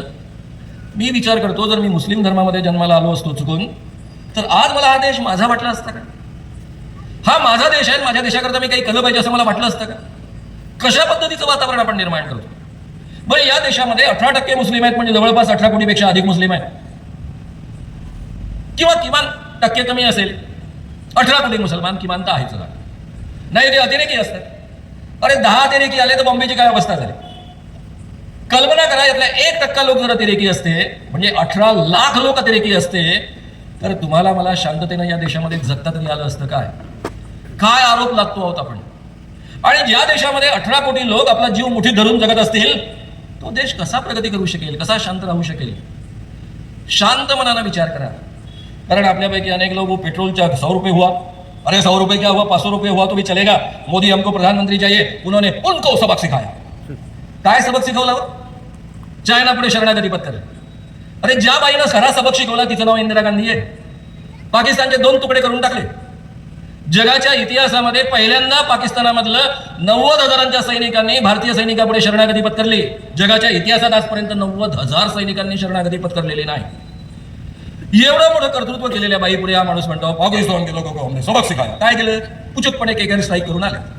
त्याचा रिझल्ट काय झाला ते माहित नाही अजून पुढे. आणि इकडे चायना पुढे शेपटी दाबून बसलेले आहेत. चायनाने जमीन बळकावली, काही बोलायला तयार नाही. आपण बोलत असताना 10 विचार केला पाहिजे. या माणसांनी शेतकऱ्यांचं काय करून टाकलं? मी शेतकऱ्याचा मुलगा आहे. कृषी अर्थशास्त्र हा माझ्या अभ्यासाचा विषय आहे. मित्रांनो, या देशामध्ये जे 3 कायदे आणलेले होते ते जर अंमलात आले असते तर सगळे शेतकरी पुढच्या 10 वर्षामध्ये नोकर झाले असते, मजूर झाले असते आणि सगळ्या शेतजमिनी ह्या कॉर्पोरेटच्या मालकीच्या झाल्या असतात. या पद्धतीचे ते कायदे होते. माझं YouTube चॅनल आहे, श्याम मानव चॅनल. त्यामध्ये एक सिरीजच मी केलेली आहे, तुम्हाला सहजतेनं ती वाचता येईल, ऐकता येईल. या देशामध्ये पहिलं जगामध्ये झालं नाही एवढं मोठं आंदोलन झालं. 1 लाखांपेक्षा अधिक लोक दिल्लीच्या परिसरामध्ये बसले, 13 महिने बसले. सत्यपाल मलिक त्यांच्याच पक्षाचे राज्यपाल त्यांना भेटायला गेले मोदींना. म्हणायला लागले ये लोग वहां से बैठे हैं, इतने दिनों से बैठे हैं, ठंडी में बैठे हैं, 600-700 लोग मर गए हैं, कृपया उनकी तरफ ध्यान दो. त्यावर मोदीजी म्हणाले वो लोग 600-700 मरे, वो क्या मेरे लिए मरे हैं क्या? काय संवेदनशील माणूस आहे. माणसाविषयी 1% प्रेम या माणसाच्या मनात नाही. आतमध्ये हृदय नावाची गोष्ट आहे की नाही, फिजिकली असेल पण मानसिक आहे की नाही याबद्दल डाऊट वाटावा अशी परिस्थिती आहे. मित्रांनो, यांनी अत्यंत परिश्रमानं तयार केलेले, अनेक लढायांमधून तयार झालेले सगळे लेबर कायदे, कामगार कायदे आयदर डिफंक केले किंवा रद्द केले. आज कोणत्याही कामगारांना अधिकार उरलेले नाही. सरकारी नोकऱ्यांनी या देशामध्ये काय वातावरण निर्माण केलं तुमच्या माझ्यापैकी प्रत्येकानं अनुभवलेलं आहे. ज्या माणसांना या देशामध्ये 60-70-80 वर्षापूर्वी उंबरठ्याच्या आत प्रवेश नव्हता, गाव कुसाबाहेर ज्यांना राहावं लागत होतं, त्यापैकी अनेक माणसं डॉक्टर बाबासाहेबांच्या प्रेरणेनं आणि या देशामध्ये रिझर्वेशन, शिक्षणामध्ये शिष्यवृत्ती आणि नोकऱ्यांमध्ये रिझर्वेशन उपलब्ध झाल्यामुळं शिकली, मोठमोठी अधिकारी बनली. ही माणसं बदलली, माणूस म्हणून स्वाभिमानानं जगू लागली. हे चित्र तुम्हाला आसपास पाहायला मिळतं, ब्रह्मपुरीत पाहायला मिळतं, सगळीकडे पाहायला मिळतं.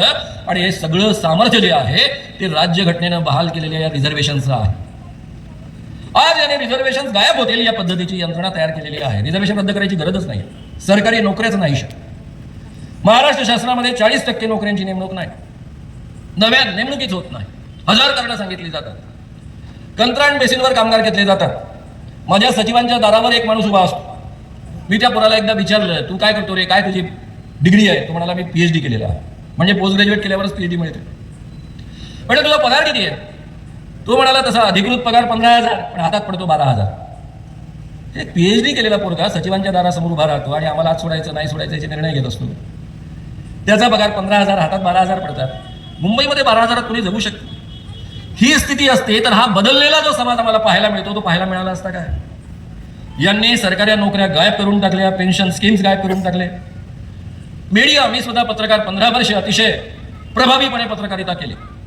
लेखणीचा वापर लोकांना न्याय मिळवून देण्याकरता केला, लोकांचं प्रबोधन करण्याकरता केला. आज माझे अनेक पत्रकार मित्र सांगतात सर आम्हाला काही करता येत नाही हो, आमची अवस्था एखाद्या चाटणाऱ्या जनावराप्रमाणे झालेली आहे. आम्हाला आदेशानुसार चाटावं लागतं. किती इच्छा असली तरी आम्हाला काही करता येत नाही. मी त्यांना एवढंच सांगत असतो की विद्याधर गोखले यांना मी एकदा प्रश्न विचारला होता नागपूरच्या प्रेसमध्ये. ते म्हणाले खरं आहे की प्रत्येक संपादकाच्या आणि पत्रकाराच्या गळ्यात पट्टा असतो, पण एक दोरी पण असते. आपल्यापैकी अनेक लोक असे असतात की जे पट्टा गळ्यात आहेत या भावनेनं जागच्या जागी थिजून राहतात, काहीच करत नाही. खरं म्हणजे आपली दोरी जेवढी लांब आहे तेवढ्या वर्तुळामध्ये तरी आपण फिरलं पाहिजे आणि त्या स्वातंत्र्याचा तरी उपयोग केला पाहिजे आणि लोकांना न्याय मिळवून दिला पाहिजे. ते या काळात आपण पत्रकार लोक करू शकतो. हळूहळू छानपैकी बीज लोकांच्या मनामध्ये पेरू शकतो, त्यांना आपण प्रवृत्त करू शकतो. ते तरी आपण पत्रकार मित्रांनी सगळ्यांनी करूया, केवळ परिस्थितीपुढे शरणागती पत्करू नको. मित्रांनो, ईडी आणि CBIचा किती दुरुपयोग होतो. आमचे शिवसेनेचे आणि पत्रकार संजय राऊत काय केलं त्यांनी? आपल्या एका नातेवाईकाकडनं 25 लाख रुपये घेतले चेकने आणि काही काळानंतर ते परत केले चेकनी. दोन्ही व्यवहार वाईट आहेत. आणि तरीही त्यांना जेलमध्ये टाकलं. कारण त्यांना आदेश होता, तुम्ही आमच्यासोबत या, बीजेपी सोबत या, उद्धव ठाकरेंची शिवसेना सोडा. पण ते दबले नाहीत. 7 महिने जेलमध्ये राहून आलेत. शूरपणा आणि मर्दपणा त्यांनी दाखवला, म्हणून त्यांचं मी जाहीररित्या कौतुक करतो. दुसरे आमचे एक सहकारी माझ्या एका कार्यक्रमामध्ये होते, अनिल देशमुख त्यांचं नाव. खरं म्हणजे त्याच्या आधी मला एक किस्सा सांगितला पाहिजे. माझा एक मित्र मंत्रिमंडळामध्ये होता. ते गुवाहाटीमधनं परत आले. दीर्घ काळापासून माझ्या चळवळीमध्ये ते योगदान देत असतात. त्यांना बहुधा भडभडून बोलायचं असेल, वयाने थोडा मी त्यांच्यापेक्षा मोठा आहे. ते मला म्हणाले, मानव साहेब, आपल्या देशामध्ये काही लोकशाही राहिलीच नाही, हुकुमशाही आहे. आम्ही गेलो होतो ना गुवाहाटी. आमचे मोबाईल काढून टाकले. हॉटेलच्या बाहेर पडण्याची परवानगी नाही. सुरक्षा रक्षक रात्रंदिवस आमच्यावर पहारा देत आहेत. हो म्हटलं, ते ईडीच्या धाकाने 5-6 लोक गेले ना तुमचे. 5-6 नाही, सगळ्यांचे कागदपत्र तयार, 40 लोकांचे कागदपत्र तयार. सोबत येणार की जेलमध्ये जाणार. सोबत आले तर खोके, नाही तर मंत्रीपद, नाही तर जेलमध्ये. अशी अवस्था आहे. म्हटलं पण ठीक आहे ना, असं काही असलं तरी शेवटी म्हटलं आपल्या देशात कोर्ट आहे, हायकोर्ट आहे. हा पक्षांतर बदली कायदा लागू होईल आणि त्यामध्ये सगळं सरकार बरखास्त होईल. नाही, आम्हाला ते दिल्लीवरनं कॉन्फरन्सिंगमधनं वारंवार सांगितलेलं आहे की काही तसं होणार नाही. सगळे आपले न्यायमूर्तींपासून सगळे लोक ऍडजस्टेड आहेत. म्हटलं असं कसं होईल? हायकोर्ट म्हणे तसेच निर्णय येणार. लिहून घ्या तुम्ही, 2.5 वर्ष हे सरकार चालणार. खरंच मित्रांनो, हे सरकार तसं चालू आहे. माझ्या मित्राचा मुलगा असीम सरोदे, लहानपणापासून पाहत आलो, माझ्या जवळचे मित्र बाळासाहेबांचा मुलगा आहे. ते मोठ्या खात्रीने म्हणत होते की आपले CGI असे तसे असा निर्णय देतील आणि हे सरकार बरखास्त होईल. मी माझी भेट झाली तेव्हा त्याला हळूच सांगितलं की मला एका मंत्र्याने अगदी खाजगीमध्ये सांगितलेलं आहे की सरकार बरखास्त होणार नाही, 2.5 वर्ष काढतील. तुमच्या सुप्रीम कोर्टाच्या जजचा निर्णय असा येईल की आपलं नाव इतिहासामध्ये बदनाम होणार नाही याची ते काळजी घेतील, घटनेनुसार निर्णय लिहितील, पण सरकार कायम राहील. आणि निर्णय तसाच आला. Operation 100% successful, but patient died. पुढचाही निर्णय असाच येणार होता. उलट मी शिवसेनेच्या नेत्यांचं अभिनंदन केलं की बरं झालं आमच्या विधानसभा अध्यक्षांनी असा निर्णय दिला, त्यामुळे लोकांचा राग आणखी वाढेल, तुमच्या बाजूला लोक मोठ्या संख्येने उभे राहतील आणि यांना धडा दाखवतील. किती बेशरमपणाचा हा. एका पक्षाचे नेते मला सांगत होते, सर आमचंही पक्ष जाणार आहे, आमचंही पक्षचिन्ह जाणार आहे आणि आमची सगळी गंगाजळी जी आहे तीही जाणार आहे, आम्हाला कोर्टात लढायचं आहे, त्याच्याकरता पैसे कुठून आणायचे हा प्रॉब्लेम आहे. आणि इलेक्शन कमिशनचा तसाच निर्णय आला. या देशामधलं इलेक्शन कमिशन टोटली मोदींच्या म्हणण्यानुसार काम करतं, ही वस्तुस्थिती आहे. सुप्रीम कोर्टाच्या न्यायमूर्तींनी CGIने इलेक्शन कमिशनचे कमिशनर नेमण्याकरता एक नवी कमिटी फॉर्म करण्याचा आदेश दिला. काय आदेश होता की स्वतः CGI, प्रधानमंत्री आणि विरोधी पक्षनेता या 3 लोकांची कमिटी इलेक्शन कमिशनचे कमिशनर नेमतील. मित्रांनो, काय झालं माहिती आहे तुम्हाला? कायदाच बदलवून टाकला, नवा कायदा आणला आणि सरळ सरळ पंतप्रधान, त्यांचा एक मंत्री आणि विरोधी पक्षनेता निर्णय घेतील. म्हणजे 2 मतं नेहमीच त्यांच्या बाजूने राहतील. कोण कमिशनर नेमायचा तेच ठरवतील. यांना इलेक्शन कमिशन स्वतःचा का पाहिजे? इलेक्शन कमिशनर कारण इलेक्शन स्वतःच्या सोयीनं करण्यासाठी. यामध्ये काही गडबडी होऊ शकतात की नाही? डेफिनेटली गडबडी होऊ शकतात. आपली जी EVM आहे त्याचा गैरफायदा घेता येतो. मी माझ्या एका कार्यकर्त्याला मुद्दाम उभं केलं. सुजा नावाचा एक हैदराबादचा जुना इंजिनियर, अमेरिकेत पळून गेलेला, युट्यूबवर सगळी माहिती तुम्हाला मिळेल त्याची. त्यांनी 2019 मध्ये भारतवर्ष नावाचा एक पक्ष काढला. नाव थोडं इकडे तिकडे असेल. मी माझ्या कार्यकर्त्याला म्हटलं, घे तिकीट त्यांच्याकडनं, त्यांचा दावा आहे ना मतं मिळवून देतो हे हॅक करून. कितपत सत्य आहे आपण पाहूया. त्याला महाराष्ट्रातलं तिकीट मिळालं नाही, देवासचं तिकीट मिळालं. त्याच्याकडे पैसे नाही, आमच्याकडे पैसे नाही. लोकसभेचं इलेक्शन हा 4दा गेला नाशिकवरनं देवासला. पहिल्यांदा फॉर्म भरायला, शेवटी रिझल्ट पाहिला, मध्ये 2दा झालं. मी स्वतः 77 मध्ये 78 मध्ये निवडणुका लढलेलो आहे. 4-5 जिल्ह्यांमध्ये दणकून प्रचार केलेला आहे, विधानसभेमध्ये, लोकसभेमध्ये आणि नगर परिषदेमध्ये. मला माहिती आहे अशी मतं मिळत नाही. तो मला सांगायला लागला की मला 10,000 मतं मिळाली. मी काय भेडा लागला का? म्हटलं काही पण सांगतो, मला फोकणाने मारतो. त्याने मला गॅझेटच पाठवून दिले. त्याला 10,000 मतं मिळाली. त्याचं निवडणूक चिन्ह आहे लुडो. चुकून मतं पडली ही पण शक्यता नाही आहे. आणि लोकसभेमधल्या इलेक्शनमध्ये एखाद्याला 10,000 मतं चुकून मिळत नाहीत. त्या सुजाचं म्हणणं एवढंच होतं की हैदराबादचे मशीन पाहिजे, मी सॉफ्टवेअर टाकलेले मशीन पाहिजे आणि त्याचा मला कोड नंबर पाहिजे, म्हणजे मी बरोबर ते हॅक करतो आणि मतांमध्ये गडबड निर्माण करतो. ही सगळी त्याची मतं ऑलरेडी यूट्यूबवर उपलब्ध आहे. तुम्ही जस्ट सर्च केलं तर तुम्हाला सगळं ऐकायला मिळेल. आता मित्रांनो, दुसरं ईव्हीएम मध्ये काही गडबडी केली जाऊ शकते की नाही आहे. जंतर मंतर टाईप करा, ईव्हीएम टाईप करा, तुम्हाला सगळा डेमोज सापडेल. या पद्धतीनं सॉफ्टवेअर तयार करता येतं की तुम्ही 2 बटणं दाबले की एक मत ज्या पक्षाला निवडून आणायचं आहे त्या पक्षाला जाईल आणि एक मत दुसऱ्याला जाईल. त्यामुळे ईव्हीएमच्या माध्यमातून गडबडी होऊ शकते आणि 10% पर्यंत ही गडबडी होऊ शकते आणि ती ऑलरेडी झाली की नाही आपल्याला माहीत नाही, पण झाली असण्याची शक्यता सगळेच व्यक्त करत आहे. माझ्या नागपूरच्या कार्यक्रमामध्ये आपले विरोधी पक्षनेते वडेट्टीवार साहेब बसले होते आणि तिथे अनिल देशमुखांचं मी जाहीर अभिनंदन करत होतो. त्यावेळेस वडेट्टीवार साहेब बोलताना बोलले की उद्या काही झालं तरी मी नांगी टाकणार नाही, ताकदीनं लढेल, उद्या जेलमध्ये जाण्याची गरज पडली तर मी जेलमध्ये सुद्धा जाईल. मी त्यांचं त्याही वेळेस जाहीर अभिनंदन केलं होतं. आज पुन्हा ते अभिनंदन मी रिपीट करतो. तुम्ही विरोधी पक्षनेते आहात, कितीही तुमच्यावर आफत आली तरी कोणी असो इंडिया गठबंधनमधला, महाविकास आघाडीमधला, बिलकुल घाबरू नका. करून करून काय करतील हे लोक? जेलमध्ये पाठवतात. जेलमध्ये गेल्याने माणूस छोटा होत नाही, उलट मोठा होतो, अधिक मोठा नेता होतो. त्यामुळे घाबरण्याचं कारण नाही, दबण्याचं कारण नाही. ताकदीनं आपण सगळे मिळून लढूया. अनिल देशमुखांनी मला जो किस्सा पुढचा कळला त्यांच्याकडनं मला प्रचंड धक्का बसला. मला जी माहिती कळली ती फक्त तुमच्यापर्यंत पोहोचवतो, म्हणजे हे लोक काय पातळी काढतात. अनिल देशमुखांवर ईडीची कारवाई होण्याच्या आधी ते महाराष्ट्राचे गृहमंत्री होते. त्यांच्याकडे महाराष्ट्रातल्या एका मोठ्या बीजेपी नेत्याचा फोन आला. बीजेपी त्यावेळेस विरोधात होती पण केंद्रामध्ये सत्तेत होती. फोन कसा आला? एक माणूस आला, त्या माणसाने तो फोन त्यांच्याजवळ दिला आणि त्यांना सांगितलं की तुम्हाला जर जेलच्या बाहेर राहायचं असेल तर 4 ॲफिडेव्हिट्स मी पाठवले, त्यावर सही करा. पहिलं ॲफिडेव्हिट होतं की उद्धव ठाकरे, मुख्यमंत्री उद्धव ठाकरे त्यावेळेस होतेच ऑलरेडी ते, त्यांनी मला बोलावलं, म्हणजे गृहमंत्र्यांनी हे लिहून द्यायचं आहे, आणि मातोश्रीवर बोलावून सांगितलं की 300 कोटी रुपये दरवेळेस गोळा करून मला द्या. पहिलं ॲफिडेव्हिट. दुसरं ॲफिडेव्हिट, उद्धव ठाकरेंचा मुलगा आदित्य ठाकरे, तेही कॅबिनेट मंत्री, त्यांनी दिशा सॅलियन या मुलीवर बलात्कार केला. ॲफिडेव्हिटमध्ये पहा, दिशा सॅलियन या मुलीवर बलात्कार केला आणि तिला ढकलून देऊन तिचा खून केला. हे दुसरं ॲफिडेव्हिट. अनिल परब यांचे अनेक गैरव्यवहार, हे तिसरं ॲफिडेव्हिट. चौथं ॲफिडेव्हिट आमच्या अजितदादांचं. अजितदादांसोबत मी खूप काम केलेलं आहे. अजितदादा आणि पार्थ त्यांचा मुलगा हे एकत्र बसले असताना मला म्हणजे अनिल देशमुखांना बोलावून घेतलं आणि त्यांनी आदेश दिला की गुटखेवाल्यांकडनं एवढे कोटी रुपये गोळा करा. असे 4 ॲफिडेव्हिट तुम्ही लिहून दिलेत तर तुम्ही बाहेर राहा.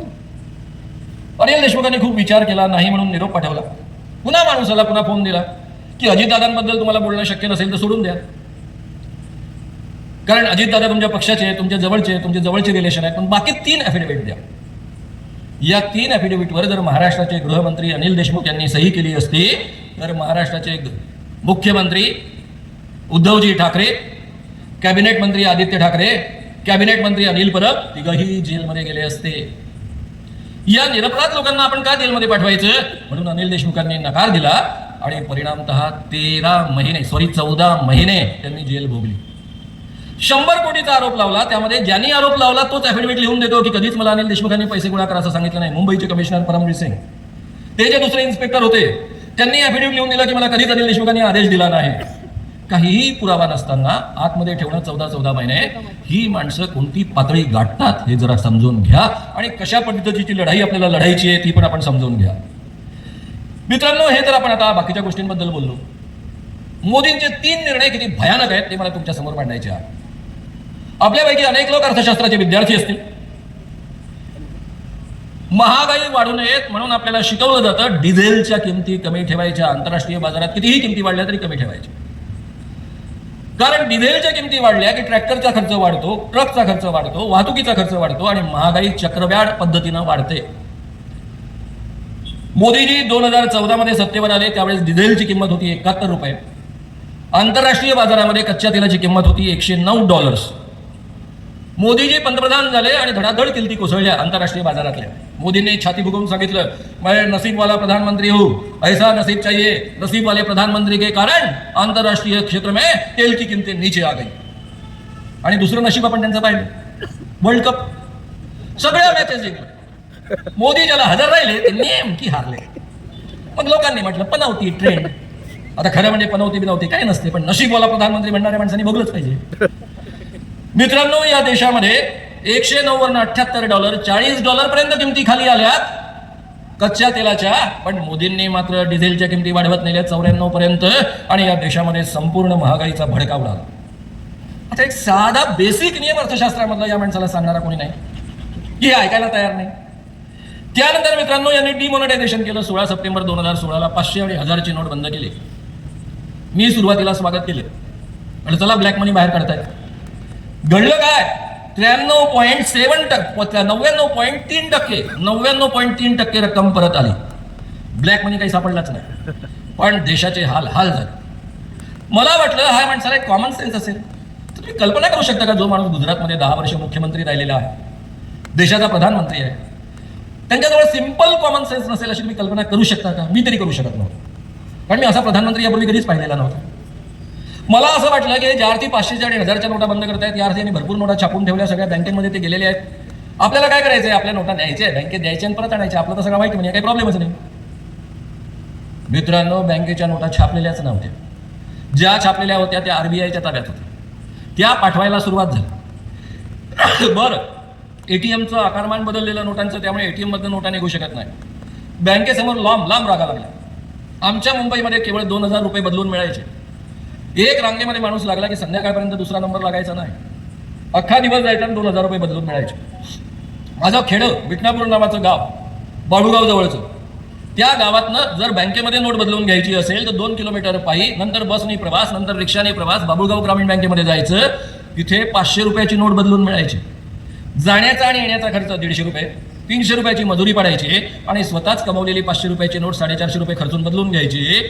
या देशामधल्या शेतकऱ्यांचे, शेतमजुरांचे, सर्वसामान्य लहान धंदेवाईक लोकांचे आणि पूर्ण बारा वाजवले. ज्या देशामध्ये 95% अधिक व्यवहार कॅशमध्ये चालतात, त्या देशामधली 80% रोकड 4 तासामध्ये गायब करून टाकली या माणसाने. कसं डोकं चालतं यांचं? दुसरं उदाहरण तुम्हाला मी देतो. कोविड, माझ्या अभ्यासाचा विषय, पुन्हा माझ्या युट्यूबवर तुम्हाला त्यातले सिरीज पाहायला मिळेल. त्यावेळेस उद्धव ठाकरे आणि अजित पवारांचं राज्य होतं, म्हणजे काँग्रेस आणि या तिन्ही पक्षाचं राज्य महाराष्ट्रामध्ये होतं. यांनी तुमची माझी छानपैकी पूर्वतयारी केली. उद्धव ठाकरे आपल्याशी बोलत असत, सांगत असत, आता लोकलच्या फेऱ्या कमी होणार आहे, घराच्या बाहेर कमीत कमी पडा, बसेसच्या फेऱ्या कमी होणार आहे, ऑफिसमध्ये, गव्हर्नमेंट ऑफिसमध्ये निम्मे लोक आता येतील, निम्मे लोक ना दुसऱ्या दिवशी येतील. या पद्धतीनं सगळ्या यंत्रणा सुरू झाल्या. लोकांची मानसिक तयारी करणं चालू होती. आणि 24 तारखेला रात्री 8 वाजता आमचे मोदीजी अचानक उगवले. त्यांना स्वप्न पडलं आणि त्यांनी सांगून टाकलं, आज रात्री 12 वाजेपासून 21 दिवस कडक लॉकडाऊन, जागेवरनं हलता येणार नाही, विमानं बंद, मोटरी बंद, रेल्वे बंद, हॉटेल बंद, टपऱ्या बंद, सगळं बंद. या माणसाला आपल्या देशातली माणसं माहित नाही. या देशामध्ये 50% माणसं अशी आहे की जे आज काम करतात, संध्याकाळी पैसे कमवतात, त्यांच्याजवळ उद्याचं सुद्धा अन्न असेल याची गॅरंटी नसते, पण 2 दिवसाच्या वर जगू शकत नाही. 21 दिवस ही माणसं कशी जगतील? माझ्या मुंबईमध्ये 35% लोक घरी स्वयंपाक करत नाहीत. त्यांनी कुठे जेवायचं? टपऱ्या बंद, हॉटेल बंद, घरामध्ये स्वयंपाकाची सोय नाही. काय होणार शेवटी? हा निर्णय का घेतला?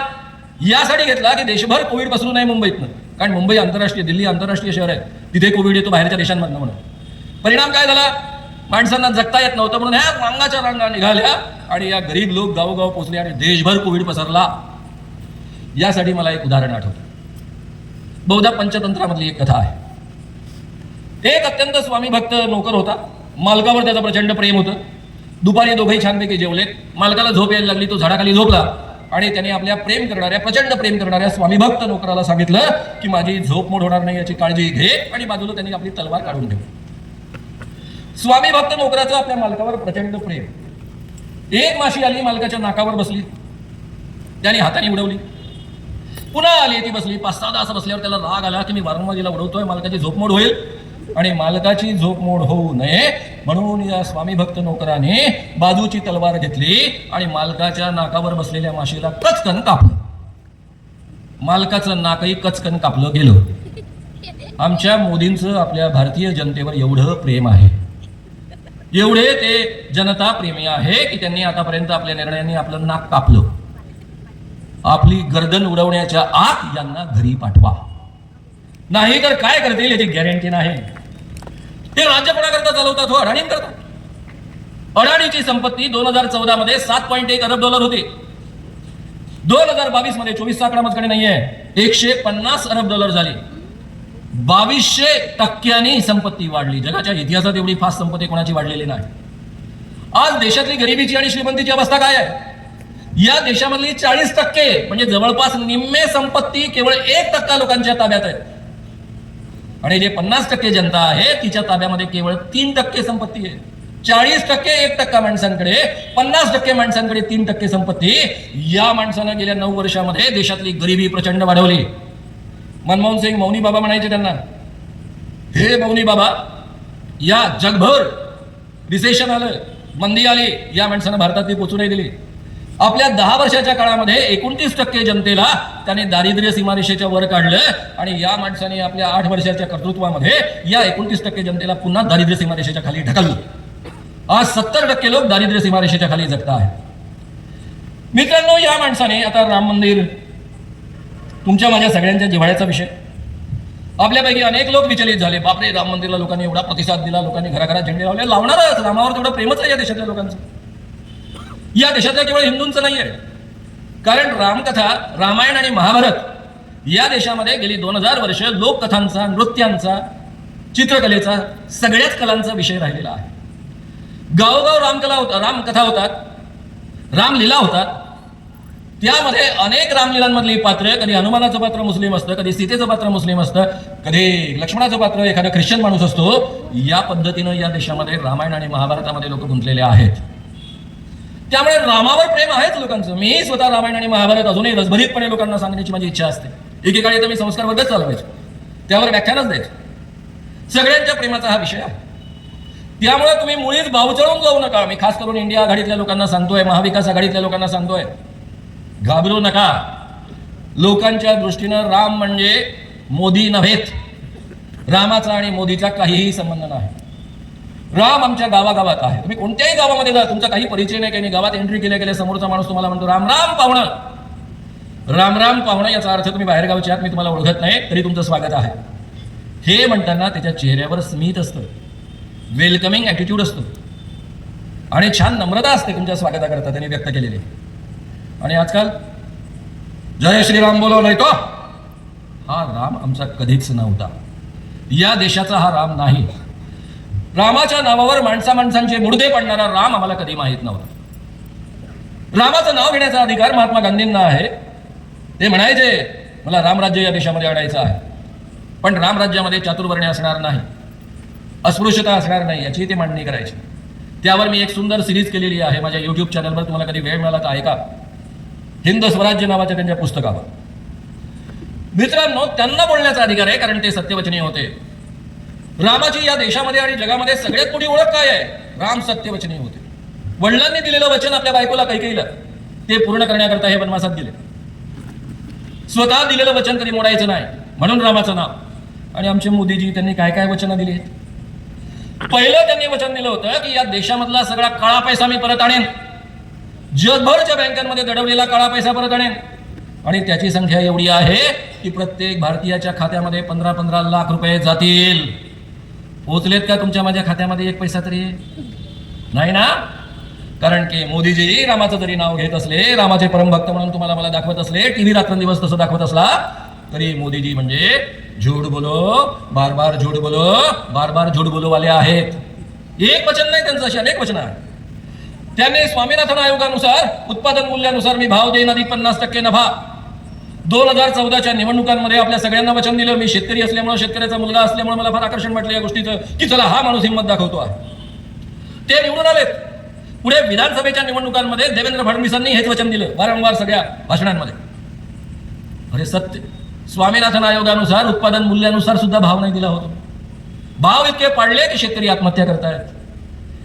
तिसरं तुमचं रोजगार देईन या देशातल्या तरुणांना, दरवर्षी 2 करोड रोजगार देईन.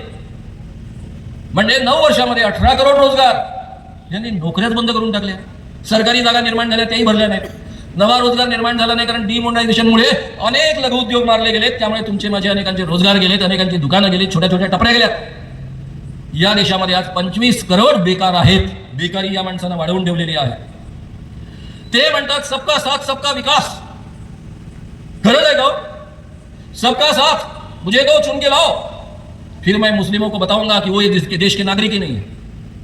गरिबांना आधी गरीब करत जाईल. हे यांचं राज्य. बरं, त्यांचं एक वाक्य मला फार मोहिनी घालायचं, ना मैं खाऊंगा ना किसी को खाने दूंगा. मी भ्रष्टाचार विरोधी आंदोलनातला आहे. माझ्या आयुष्यामध्ये आजपर्यंत मी एक पैशाचा भ्रष्टाचार केला नाही, कधी करत नाही. मोदी आल्यानंतर भ्रष्टाचार या देशातला कमी होईल असं मला मनापासून वाटलं. झाला का? मी स्वतः गव्हर्नमेंट सोबत काम करतो. 2014-15 मध्ये मी सरकारसोबत काम केलं, मला एक पैसा खाऊ घालायला लागला नाही. अजितदादांचा फोन जायचा, एक पुण्यकर्म आपल्याला करायचं आहे, सरकारी अधिकारी समजून घ्यायचे, माझ्याकडनं पैसा खायचे नाही. आजच्या काळामध्ये या सरकारमध्ये माझे 10 लाख रुपये अडले आहेत. त्यातले 5 लाख रुपये ऑलरेडी खिशातनं मी खर्च केलेले, ज्याचा जीआर ऑलरेडी निघालेला होता. ते वसूल करण्यासाठी आम्ही गेले 8-9 वर्ष चक्रा मारतो आहे.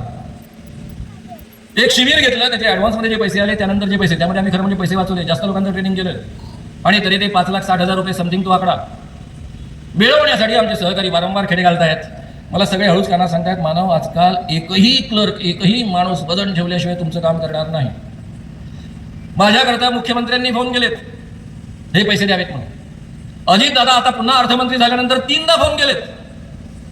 सचिवांनी माझ्या समोर फोन केलेत, आणि तरी पैसे निघत नाही, कारण वजन ठेवत नाही तर पैसे निघत नाही. अशा पद्धतीची भ्रष्टाचाराची गंगोत्री या सरकारमध्ये निर्माण झालेली आहे. मित्रांनो, मैं ना खाऊंगा ना किसी को खाने दूंगा, या वाक्याचा अर्थ काय झाला?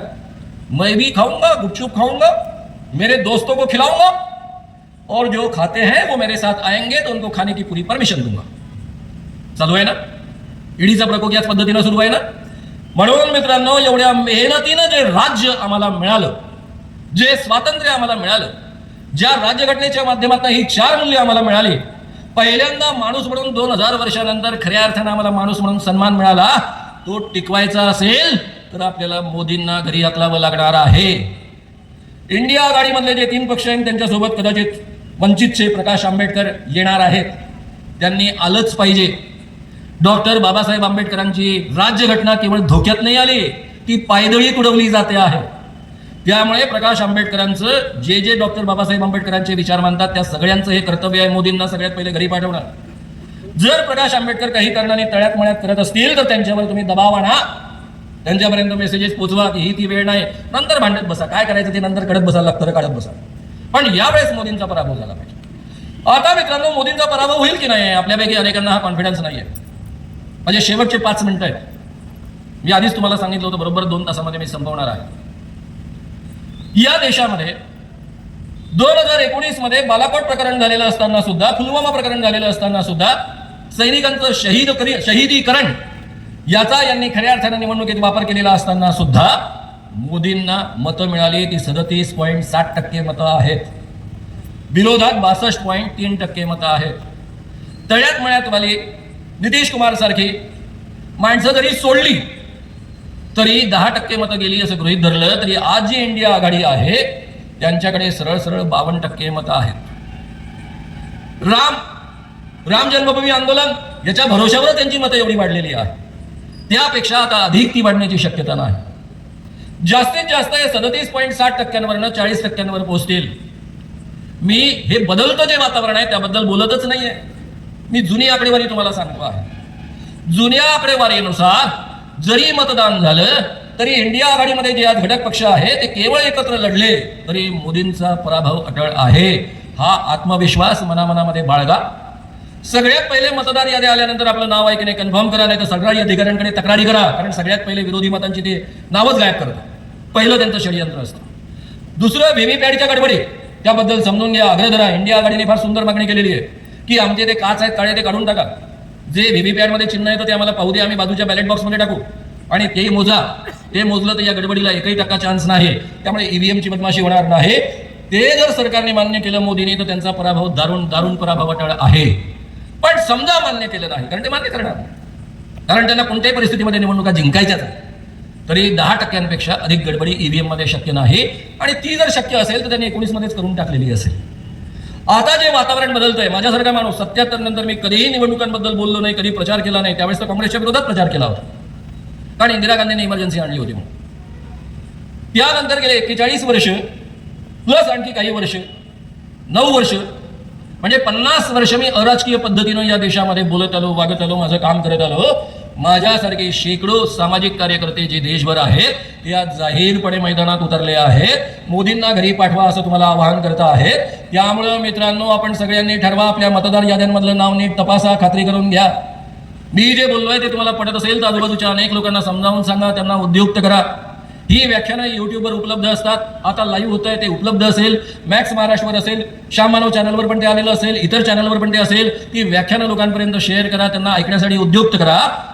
आणि मित्रांनो, आज एक लक्षात घ्या, मोदींना मत याचा अर्थ शेठजी भटजीच्या राज्याला मत, मोदींना मत याचा अर्थ हुकुमशाहीला मत, मोदीला मत म्हणजे पुन्हा मनुस्मृती आणण्याच्या प्रक्रियेला मत, मोदीला मत म्हणजे ब्राह्मणी वर्चस्वाला मत, मोदीला मत म्हणजे बेरोजगारी या देशामध्ये वाढवण्याला मत, मोदीला मत म्हणजे गरिबी वाढवण्याला या देशामध्ये मत, आणि मोदींना मत म्हणजे आपल्या मित्रांची संपत्ती वाढवण्याला मत. त्यामुळे मित्रांनो, निश्चय करा, इंडिया आघाडीमधली माणसं जी तुमच्या पुढ्यात उभी आहे ती मान्य असतील नसतील तरी अपवाद म्हणून यावेळेस मोदींना हकलण्यासाठी म्हणून त्यांचा उपयोग करून घ्या. त्यांना मतदान करा आणि मोदींना घरी पाठवा, एवढं कळकळीचं आवाहन करून मी या ठिकाणी थांबतो. धन्यवाद, धन्यवाद, धन्यवाद. मित्रांनो, ही चळवळ लोकसहभागातून चालावी याकरता आजूबाजूला QR कोड्स लावलेले आहेत. त्या माध्यमातून आपण 100 रुपयापासून कितीही रक्कम या चळवळीकरता आपण देऊ शकता. समजा तुम्हाला आज शक्य नसेल तर फोटो काढून न्या, त्यानंतर आपल्या फुरसतीत पाठवा. तुमच्या सहभागावर ही चळवळ उभी राहिली पाहिजे. लोकशाही आणि संविधान वाचवलं गेलं पाहिजे. त्यामध्ये तुमचंही योगदान तेवढंच महत्त्वाचं आहे.